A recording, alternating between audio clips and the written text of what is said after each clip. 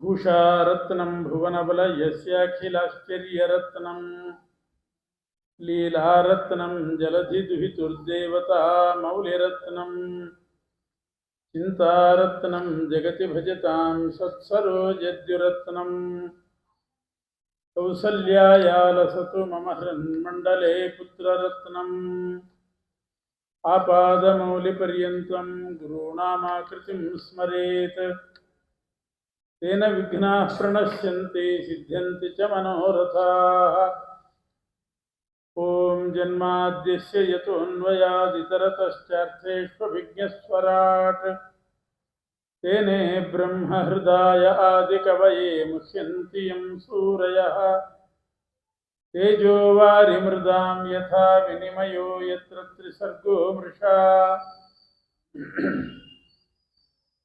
धाम्ना स्वेन सदा निरस्तकुहकं सत्यं परं धीमहि यं प्रव्रजन्तमनुपेतमपेतकृत्यं द्वैपायनो विरहकातर आजुहाव पुत्रेति तन्मयतया तरवोऽपि नेदुः तं सर्वभूतहृदयं मुनिमानतोऽस्मि सृष्टिस्थित्यप्ययेहा नियतिदृशितमो बन्धमोक्षाश्च यस्मात् अस्य श्रीब्रह्मरुद्रप्रभृतिसुरनरद्वीषशत्रुत्मकस्य विष्णोर्व्यस्ताः समस्ताः सकलगुणनिधिः सर्वदोषव्यपेतः पूर्णानन्दो व्ययो यो गुरुरपि परमश्चिन्तयेतं महान्तम् स्वस्तिस्तु सतां सकलसन्मङ्गलानि भवन्तु।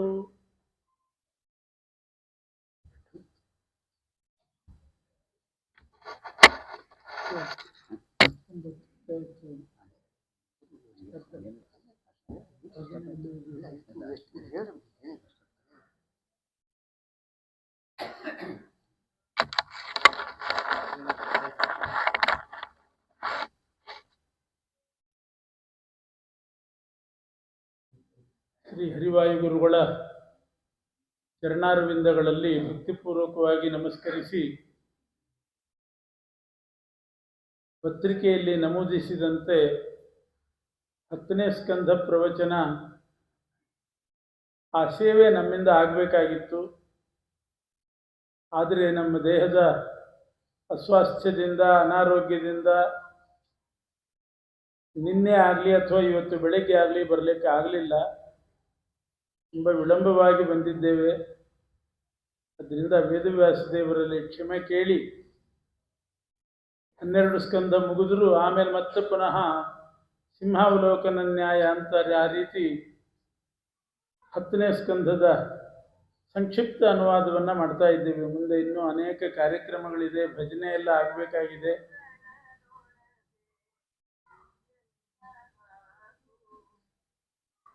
ಶ್ರೀಕೃಷ್ಣನ ಚರಿತ್ರೆ 10ನೇ ಸ್ಕಂಧದಲ್ಲಿ ಬರ್ತದೆ. ಭಾಗವತದ 9ನೇ ಸ್ಕಂಧದಲ್ಲಿ ಅನೇಕ ರಾಜಋಷಿಗಳ ಚರಿತ್ರೆ ಬಂದಿದೆ. ಸೂರ್ಯವಂಶದ ರಾಜರು, ಚಂದ್ರವಂಶದ ರಾಜರು, ಅವರದ್ದೆಲ್ಲ ಚರಿತ್ರೆಯನ್ನು ಹೇಳ್ತಾ ಇದ್ದಾರೆ. ಚಂದ್ರವಂಶದ ರಾಜರ ಚರಿತ್ರೆ ಹೇಳುವಾಗ ಶೂರಸೇನ, ವಸುದೇವ, ಆ ವಸುದೇವನ ಮಗನಾಗಿರ್ತಕ್ಕಂಥ ಕೃಷ್ಣನ ಪ್ರಸ್ತಾಪನೂ ಬಂತು. ಆವಾಗ ಪರೀಕ್ಷಿತ್ ರಾಜ ಕೇಳ್ತಾನೆ, ಬೇರೆ ರಾಜಋಷಿಗಳ ಚರಿತ್ರೆಯನ್ನ ಸಂಕ್ಷಿಪ್ತವಾಗಿ ಹೇಳಿದ್ದೀರಿ, ಯಾಕೆಂದರೆ ನಶಕ್ಯತೆ ವಿಸ್ತರತೋ ವಕ್ತುಂ ವರ್ಷ ಶತೈರಪಿ. ಸೂರ್ಯವಂಶ, ಚಂದ್ರವಂಶ ಎಷ್ಟು ದೊಡ್ಡ ವಂಶ ಅದು. ಎಷ್ಟು ಜನ ರಾಜಋಷಿಗಳು ಭಗವದ್ಭಕ್ತರು ಬಂದು ಹೋಗಿದ್ದಾರೆ. ಅವರದ್ದೆಲ್ಲ ಚರಿತ್ರೆ ಹೇಳಿದರೆ 100 ವರ್ಷ ಹೇಳಿದರೂ ಕೂಡ ಮುಗಿಯೋದಿಲ್ಲ. ಅದರಿಂದ ಪ್ರಧಾನವಾಗಿ ಕೆಲವರದ್ದು ಹೇಳ್ತೇನೆ ಅಂತ ಹೇಳಿದರು. ಆದರೂ ಸಂಕ್ಷಿಪ್ತವೇ. ಅದಕ್ಕೆ ಕೇಳ್ತಾ ಇದ್ದಾನೆ ಪರೀಕ್ಷಿತ್ ರಾಜ, ಕೃಷ್ಣನ ಕಥೆ ಮಾತ್ರ ನಮಗೆ ವಿಸ್ತಾರವಾಗಿ ಹೇಳಬೇಕು ಅಂತ. ನಾವು ಮಾತ್ರ ಸಂಕ್ಷಿಪ್ತವಾಗಿ ಹೇಳ್ತೇವೆ. ಪರೀಕ್ಷಿತ್ ರಾಜ ಕೇಳಿದ್ದು ವಿಸ್ತಾರವಾಗಿ ಹೇಳಬೇಕು ಅಂತ. ಯಾಕೆ ಅಂದರೆ ಆ ಪರೀಕ್ಷಿತ್ ರಾಜನಿಗೆ ಶ್ರೀಕೃಷ್ಣ ಬಹಳ ಇಷ್ಟ ದೇವತೆ. ಅದನ್ನು ತಾನೇ ಹೇಳ್ಕೊಂಡಿದ್ದಾನೆ. ಪಿತಾಮಹಾಮೇ ಸಮರೇ ಮರಂಜಯೈಃ ದೇವವ್ರತಾದ್ಯಾತಿರಥೈಸ್ತಿಮಿಂಗಿಲೈಃ ದುರತ್ಯಯಂ ಕೌರವ ಸೈನ್ಯಸಾಗರಂ ಕೃತ್ವಾ ತರನ್ವತ್ಸಪದಂ ಸ್ಮಯತ್ಪ್ಲವಾಃ ದ್ರೌಣ್ಯಸ್ತ್ರ ವಿಪ್ಲುಷ್ಟಮಿದಂ ಮದಂಗಂ ಸಂತಾನ ಬೀಜಂ ಕುರು ಪಾಂಡವಾನಾಂ ಜುಗೋಪಕುಕ್ಷಿಂಗತ ಆತ್ತಚಕ್ರೋ ಮಾತುಶ್ಚ ಮೇಯ ಶರಣಂಗತಾಯಾಃ ವೀರ್ಯಾಣಿ ತಸ್ಯಾಖಿಲ ದೇಹಭಾಜಾಂ ಅಂತರ್ಬಹಿಃ ಪೂರುಷಕಾಲರೂಪೈಃ ಪ್ರಯಚ್ಛತೋ ಮೃತ್ಯುಮನಾಮಯಂಚ ಪ್ರಯಚ್ಛತೋ ಮೃತ್ಯುಮುತಾಮೃತಂಚ ಮಾಯಾ ಮನುಷ್ಯಸ್ಯ ವದಸ್ವ ವಿದ್ವನ್. ಇಷ್ಟು 3 ಶ್ಲೋಕಗಳಿಂದ ಪರೀಕ್ಷಿತ ರಾಜ ಶುಕಾಚಾರ್ಯರಲ್ಲಿ ಪ್ರಾರ್ಥನೆ ಮಾಡ್ತಾ ಇದ್ದಾನೆ. ಶ್ರೀಕೃಷ್ಣ ನಮ್ಮ ಕುಲಕ್ಕೆ ಮಾಡಿದ ಅನುಗ್ರಹ ಸಾಧಾರಣ ಅಲ್ಲ. ಹಿಂದೆ ಮಹಾಭಾರತ ಯುದ್ಧ ಆಗುವಾಗ ಮಹಾಭಾರತ ಯುದ್ಧದಲ್ಲಿ ಎಂಥೆಂಥ ಆಪತ್ತಿ ಒಳಗಾಗಿದ್ದರು ನನ್ನ ಪೂರ್ವಿಕರು, ಅಜ್ಜಂದರು. ಅವ್ರನ್ನೆಲ್ಲ ಕಾಪಾಡಿದವನು ಕೃಷ್ಣ. ಪಿತಾಮಹಾಮೇ, ನನ್ನ ಪಿತಾಮಹರು. ಅದು ಅವರು ಪಾಲ್ಗೊಂಡದ್ದು ಸಮರದಲ್ಲಿ. ಬರೀ ಯುದ್ಧ ಅಲ್ಲ, ಸಮರ ಅಂತಾರೆ ಅದಕ್ಕೆ. ಮರ ಅಂದರೆ ಮರಣ, ಮರಣದಿಂದ ಕೂಡಿದ್ದು. ಅದಕ್ಕೆ ಸಮರ ಅಂತ ಹೆಸರು. ಅಲ್ಲಿ ಹೋದರೆ ಸಾಯಲೇಬೇಕು. ಯುದ್ಧದಲ್ಲಿ ಮರಳಿ ಬರ್ತಾರೆ ಅಂತ ನಿಶ್ಚಯ ಇಲ್ಲ, ಆದ್ದರಿಂದ ಅದಕ್ಕೆ ಹೆಸರೇ ಸಮರ. ಅಂಥ ಸಮರದಲ್ಲಿ ಪಾಲ್ಗೊಂಡಿದ್ದಾರೆ. ಎದುರಾಳಿಗಳು ಯಾರು? ಅಮರಂಜಯೈಹಿ, ಅಮರರನ್ನು ಮೀರಿಸ್ತಕ್ಕಂಥ ಕೌರವರು ಎದುರಾಳಿಗಳು. ಪಿತಾಮಹಾಮೇ ಸಮರೇ ಮರಂಜಯೈಹಿ, ಇವರು ಪಾಲ್ಗೊಂಡದ್ದು ಸಮರದಲ್ಲಿ. ಎದುರಾಳಿಗಳು ಅಮರಂಜಯರು, ಮರಣ ಇಲ್ಲದ ದೇವತೆಗಳನ್ನೇ ಜಯಿಸ್ತಕ್ಕಂಥ ಅಶ್ವತ್ಥಾಮ, ದ್ರೋಣ, ಭೀಷ್ಮ, ಕೃಪಾ ಇವರೆಲ್ಲ ಎದುರಾಳಿಗಳು. ಅವರ ಜೊತೆಗೆ ಯುದ್ಧ ಮಾಡಬೇಕು. ಮಾಡಿದರು, ಜಯವನ್ನು ಕೂಡ ಗಳಿಸಿದರು. ಪಿತಾಮಹಾಮೇ ಸಮರೇ ಮರಂಜಯೈಃ ದೇವವ್ರತಾದ್ಯಾತಿರಥೈಸ್ತಿಮಿಂಗಿಲೈಃ. ಆ ಯುದ್ಧ ಕೌರವರ ಕಡೆ ಸೈನ್ಯ ನೋಡಿದರೆ ದೊಡ್ಡ ಸಾಗರ ಇದ್ದಾಗಿತ್ತು, ದೊಡ್ಡ ಸಮುದ್ರ. ಸಮುದ್ರದಲ್ಲಿ ತಿಮಿಂಗಿಲ ಗಿಲೋಪ್ಯಸ್ತಿ ತದ್ಗಿಲೋಪ್ಯಸ್ತಿ ಸಾಗರೆ ಅಂತಾರೆ. ತಿಮಿ ಅಂದರೆ ಸಣ್ಣ ಮೀನು, ಅದನ್ನು ನುಂಗಿ ಹಾಕುವಂಥದ್ದು ತಿಮಿಂಗಿಲ. ಅದನ್ನು ನುಂಗಿ ಹಾಕುವುದು ತಿಮಿಂಗಿಲ ಗಿಲ. ಅದನ್ನು ನುಂಗಿ ಹಾಕ್ತಕ್ಕಂಥದ್ದು ತಿಮಿಂಗಿಲ ಗಿಲ. ಅಂಥದ್ದೆಲ್ಲ ಇರ್ತದೆ. ಹೇಳ್ತಾ ಹೋದ್ರೆ ಬೆಳಗಿನ ತನಕ ಆಗ್ತದೆ. ಅಂತೂ ಸಣ್ಣ ಮೀನು ತಿಮಿ, ಅದನ್ನು ತಿಂದು ಹಾಕೋದು ತಿಮಿಂಗಿಲ. ಅದನ್ನೂ ಮೀರಿಸಿದಂಥ ಪ್ರಾಣಿಗಳೆಲ್ಲ ಜಲಚರ ಪ್ರಾಣಿಗಳು ಇರ್ತವೆ. ಸಮರೇ ಮರಂಜಯೈಃ ದೇವವ್ರತಾದ್ಯಾತಿರಥೈಃ ತಿಮಿಂಗಿಲೈಃ. ಅತಿರಥರು ಅವರೆಲ್ಲ, ತಿಮಿಂಗಿಲಗಳಿದ್ದ ಹಾಗೆ ಸಮುದ್ರದಲ್ಲಿ ತಿಮಿಂಗಿಲದಂತೆ. ಅಂಥವ್ರ ಜೊತೆಗೆ ಯುದ್ಧ ಮಾಡಿದರೆ ಸಣ್ಣ ತೆಗ್ಗು ದಾಟಿದಂತೆ ದಾಟಿಬಿಟ್ರು ನಮ್ಮ ಪಾಂಡವರು, ನಮ್ಮ ಅಜ್ಜಂದರು. ಯಾರ ಬಲ? ಇಡೀ ಸೈನ್ಯ, ಕೌರವ ಸೈನ್ಯ ಸಾಗರವನ್ನು ಜಯಿಸಿ ಅದನ್ನು ಸಣ್ಣ ತೆಗ್ಗು ದಾಟಿದಂತೆ ದಾಟಿದರು. ಕೃಷ್ಣನ ಬಲ.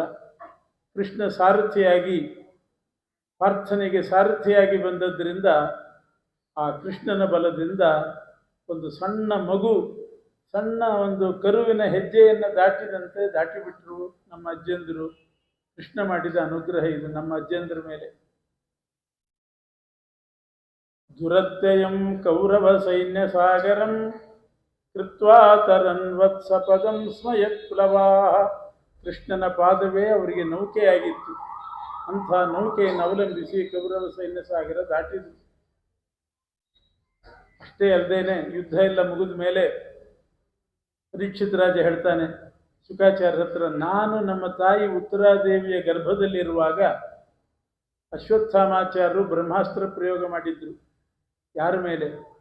ಪರೀಕ್ಷಿತ ರಾಜನ ಮೇಲೆ ಬ್ರಹ್ಮಾಸ್ತ್ರ ಪ್ರಯೋಗ ಮಾಡಿದ್ರು.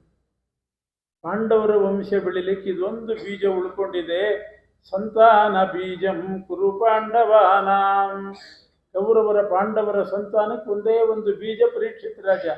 ಉತ್ತರಾದೇವಿ ಹೊಟ್ಟೆಯಲ್ಲಿ ಗರ್ಭದಲ್ಲಿದ್ದಾನೆ, ಅವನನ್ನು ನಾಶಪಡಿಸಬೇಕು. ಪಾಂಡವರು ವಂಶ ನಿರ್ವಂಶ ಆಗಬೇಕು. ಈ ದೃಷ್ಟಿಯಿಂದ ಅಶ್ವತ್ಥಾಮಾಚಾರ್ಯರು ಬ್ರಹ್ಮಾಸ್ತ್ರ ಪ್ರಯೋಗ ಮಾಡಿದ್ದಾರೆ. ಗುಬ್ಬಿ ಮೇಲೆ ಬ್ರಹ್ಮಾಸ್ತ್ರ ಅಂತ ಗಾದೆ ಹೇಳ್ತಾರಲ್ಲ, ಹಾಗಾಯಿತು. ಗರ್ಭದಲ್ಲಿರ್ತಕ್ಕಂಥ ಪರೀಕ್ಷಿತ ರಾಜನ ಮೇಲೆ ಬ್ರಹ್ಮಾಸ್ತ್ರ ಪ್ರಯೋಗ ಮಾಡಿದ್ದಾರೆ.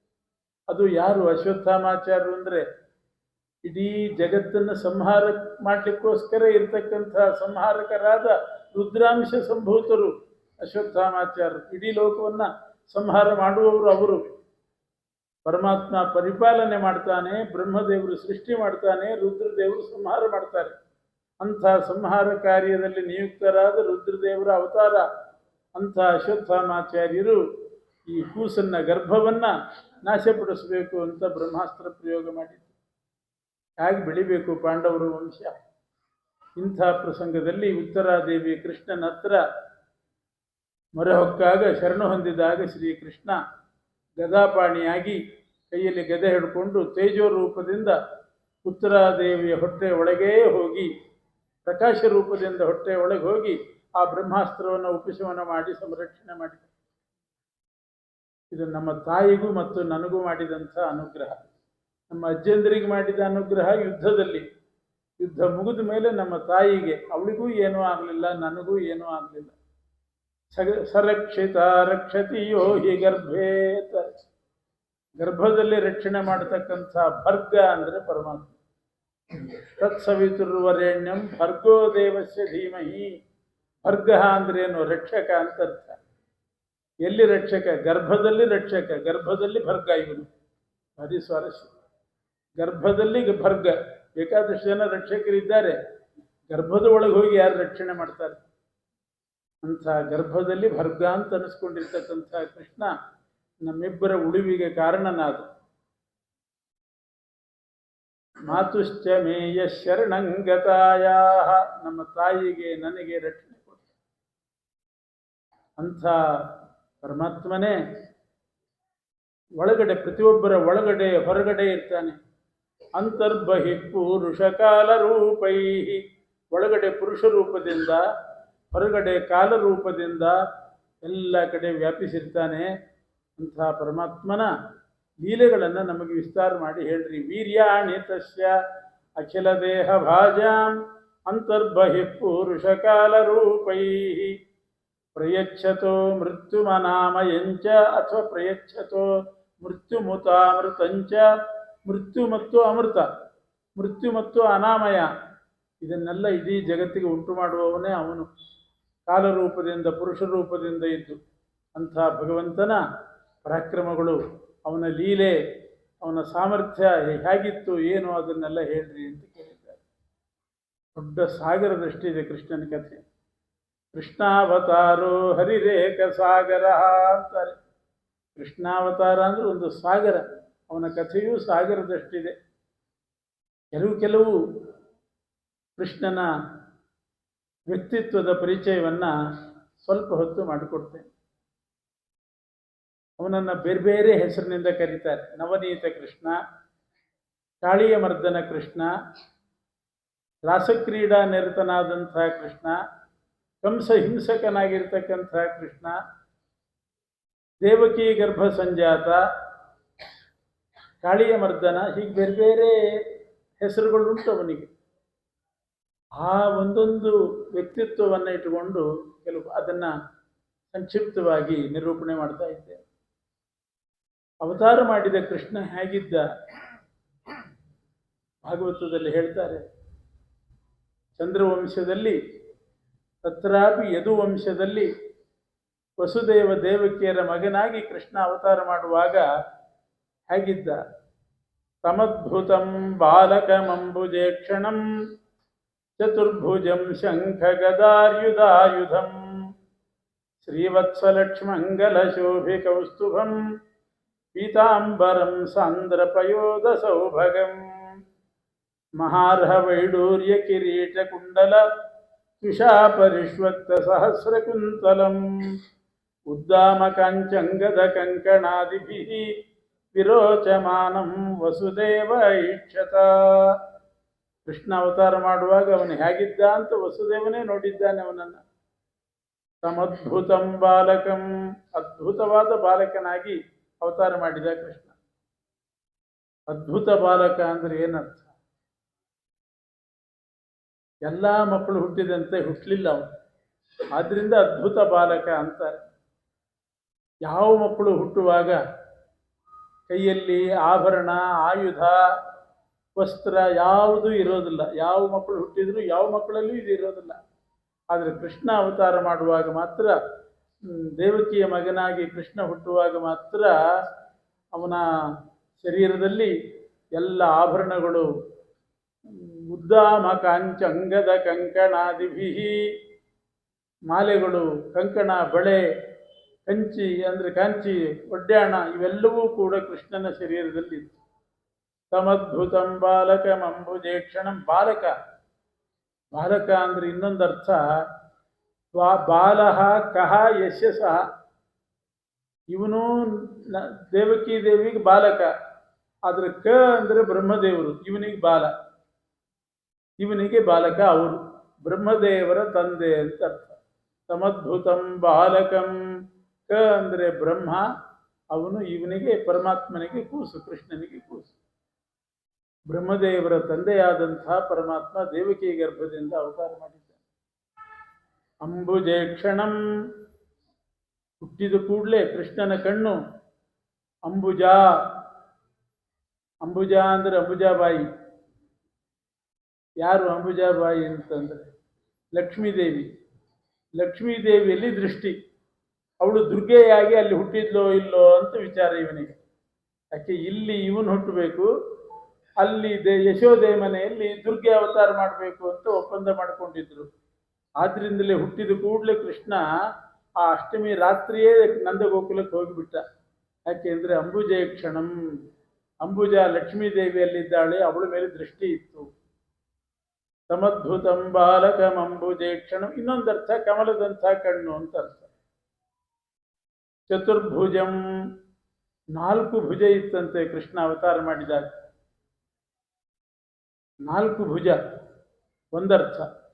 ಇನ್ನೊಂದರ್ಥ 4 ಭುಜ, ಚತುರ್ಭುಜ ಅಂತಂದ್ರೆ ಚತುರ್ವಿಧವಾಗಿರತಕ್ಕಂಥ ಅನ್ನವನ್ನ ಸ್ವೀಕಾರ ಮಾಡುವವನು ಅಂತ ಅರ್ಥ. ಪಚಾಮ್ಯನ್ನಂ ಚತುರ್ವಿಧಂ, ಚತುರ್ವಿಧವಾದ ಅನ್ನವನ್ನು ಸ್ವೀಕಾರ ಮಾಡುವವನು. ಎಲ್ಲರೂ ಊಟ ಮಾಡುವಾಗ ಪರಮಾತ್ಮನೇ ಒಳಗಡೆ ನಿಂತುಕೊಂಡು ಎಲ್ಲರೂ ಊಟ ಮಾಡುವ ಚತುರ್ವಿಧ ಅನ್ನ. ಲೇಷ್ಯ, ಚೋಷ್ಯ, ಪೇಯ, ಖಾದ್ಯ ಅಂತ ಇದೆಲ್ಲ ಬಹಳ ಪ್ರಸಿದ್ಧ. ಚತುರ್ವಿಧ ಅನ್ನ. ಲೇಷ್ಯ ಅಂತಂದ್ರೆ ಸ್ವಲ್ಪ ಗಟ್ಟಿ ಇರ್ತದೆ, ದವಡೆಯಲ್ಲಿ ಹಾಕ್ಕೊಂಡು ತಿಂದ್ಬಿಡ್ಬೋದು, ಹಲ್ಲಿರಬೇಕು ಅಂತೇನಿಲ್ಲ. ಖಾದ್ಯ ಅಂತಂದ್ರೆ ಹಲ್ಲಿದ್ದವ್ರಿಗೆ ಮಾತ್ರ ತಿನ್ಲಿಕ್ಕೆ ಸಾಧ್ಯ. ಚಕ್ಕುಲಿ, ಕೋಡ್ಬಳೆ ಇವೆಲ್ಲ ಇದು ಖಾದ್ಯ. ಹಲ್ಲಿರ್ಬೇಕಾಗಿಲ್ಲ, ಬರೇ ದವಡೆಯಲ್ಲಿ ಹಾಕಿ ಹೊರಡಿಸಿ ಆ ಕಡೆ ಈ ಕಡೆ ಹಾಕೊಂಡು ಕರಗ್ತದೆ, ತಿಂದ್ಬಿಡ್ಬೋದು, ಲೇಷ್ಯ. ಪೇಯ ಅಂತಂದ್ರೆ ಗಟೆ ಗಟೆ ಕುಡಿಯೋದು, ಜ್ಯೂಸ್, ಪೇಯ. ಇನ್ನೊಂದು ಲೇಷ್ಯ, ಪೇಯ, ಚೋಷ್ಯ. ಚೋಷ್ಯ ಅಂತಂದ್ರೆ ಗೊಜ್ಜು, ಚಟ್ನಿ, ಇದೆಲ್ಲ ಬರೀ ನೆಕ್ಕೋದು ಅಂತ ಅರ್ಥ. ಅದನ್ನು ಕುಡಿಯೋದು ಅಲ್ಲ, ತಿನ್ನೋದು ಅಲ್ಲ, ನೆಕ್ಕೋದು. ಹೀಗೆ 4 ವಿಧ ಅನ್ನವನ್ನ ಸ್ವೀಕಾರ ಮಾಡುವವನು. ಆದ್ರಿಂದ ಚತುರ್ಭುಜಂ. 4 ಕೈಯೂ ಅವನಿಗಿತ್ತು ಹುಟ್ಟುವಾಗ, ಅವತಾರ ಮಾಡಿದಾಗ. ಚತುರ್ಭುಜಂ ಶಂಖ ಗದಾರ್ಯುಧಾಯುಧಂ. ಶಂಖ, ಗದ, ಅರಿ ಅಂದರೆ ಚಕ್ರ. ಅರಿ ಅಂದರೆ ಶತ್ರು, ಚಕ್ರ ಅಂತಲೂ ಅರ್ಥ ಇದೆ. ಶಂಖ, ಗದ, ಚಕ್ರ ಈ ಆಯುಧಗಳನ್ನು ಧರಿಸಿದ್ದ. ಶ್ರೀವತ್ಸ ಲಕ್ಷ್ಮಣಂ. ಶ್ರೀವತ್ಸ ಅನ್ನುವಂಥ ಒಂದು ಚಿಹ್ನೆ ಅವನ ಎದೆಯಲ್ಲಿ ಹಾಗೇ ಇತ್ತು. ಯಾವುದದು ಶ್ರೀವತ್ಸ ಚಿಹ್ನೆ? ಮೂಲ ರೂಪ, ನಾರಾಯಣ ರೂಪ ಇದಿಲ್ಲ, ಮೂಲ ರೂಪದಲ್ಲಿ ಭೃಗು ಋಷಿಗಳು ಅವನ ಎದೆಗೆ ಒದ್ದಿದ್ರು. ವೆಂಕಟೇಶ ಮಹಾತ್ಮೆಯಲ್ಲಿ ಎಲ್ಲ ಕೇಳಿದ್ದೀರಿ.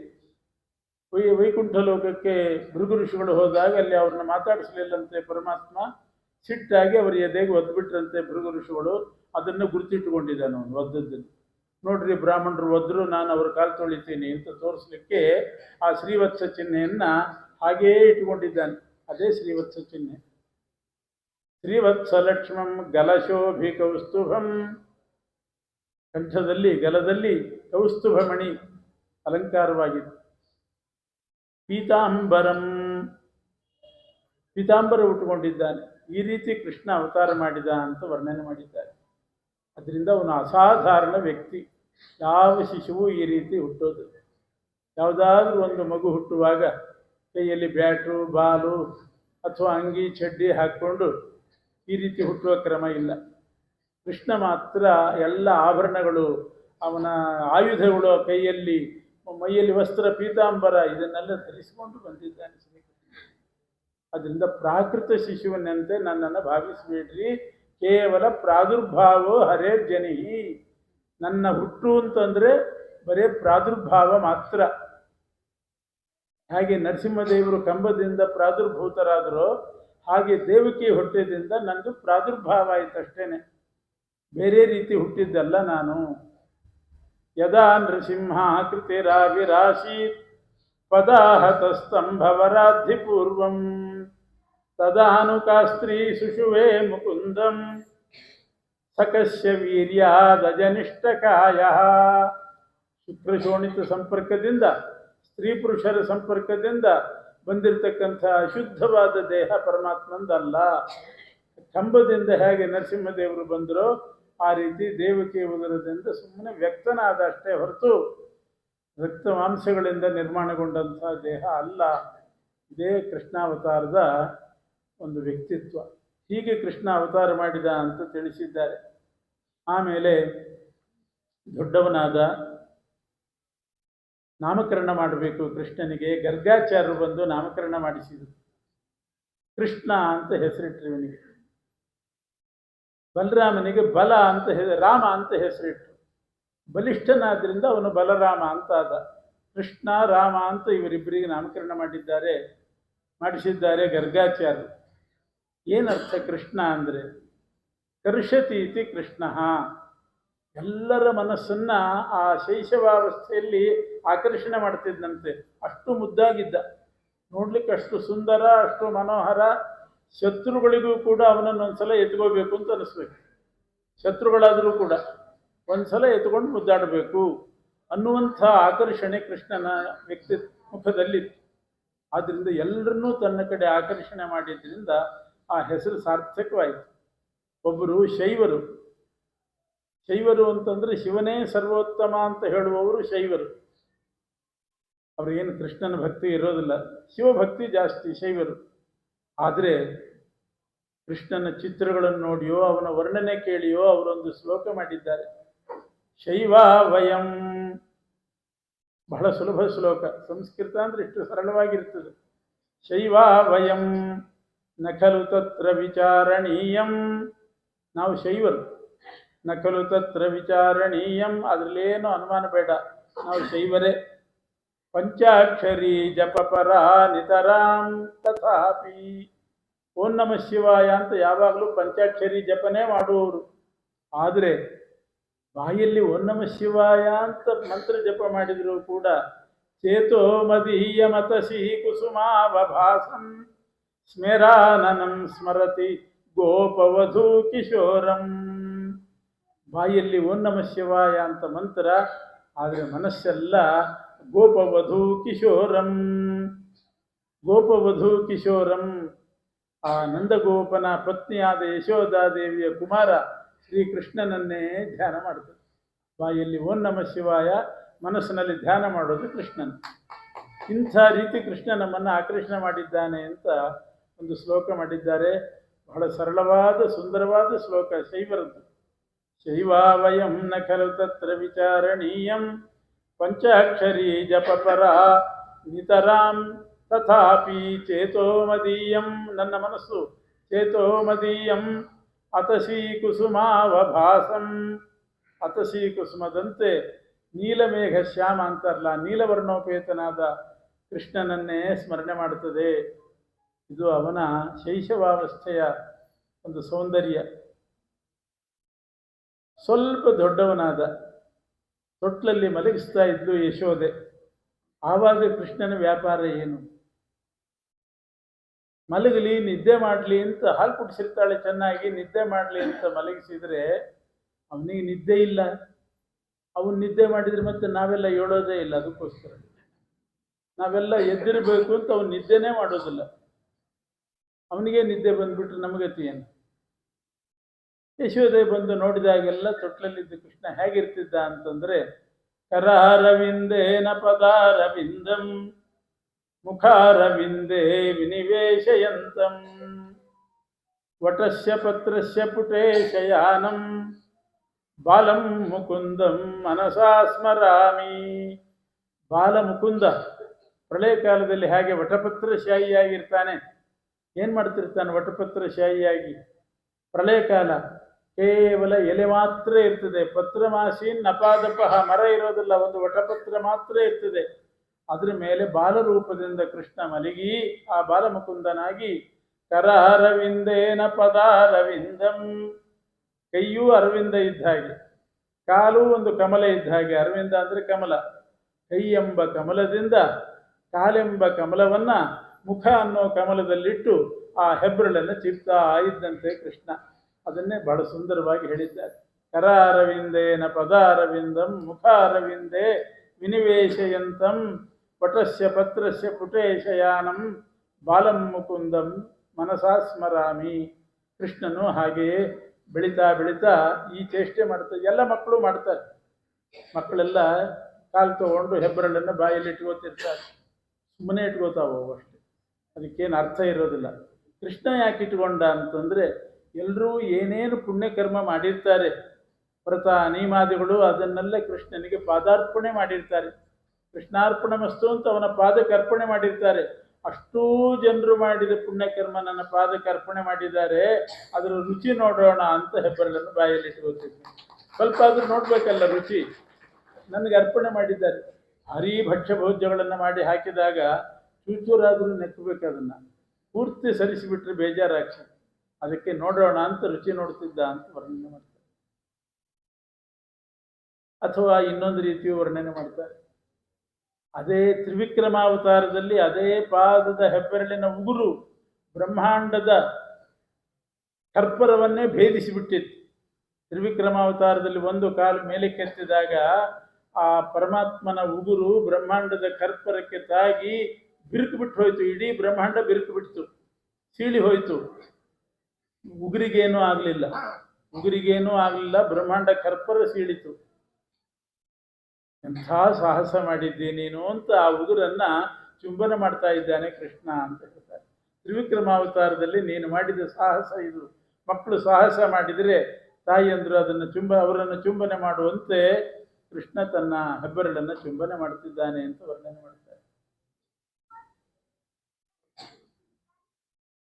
ಸ್ವಲ್ಪ ದೊಡ್ಡವನಾದ, ಆಟಾಡ್ಲಿಕ್ಕೆ ಹೋಗ್ತಿದ್ದ, ಹುಡುಗರ ಜೊತೆಗೆಲ್ಲ ಆಟಾಡ್ಲಿಕ್ಕೆ ಹೋಗೋದು.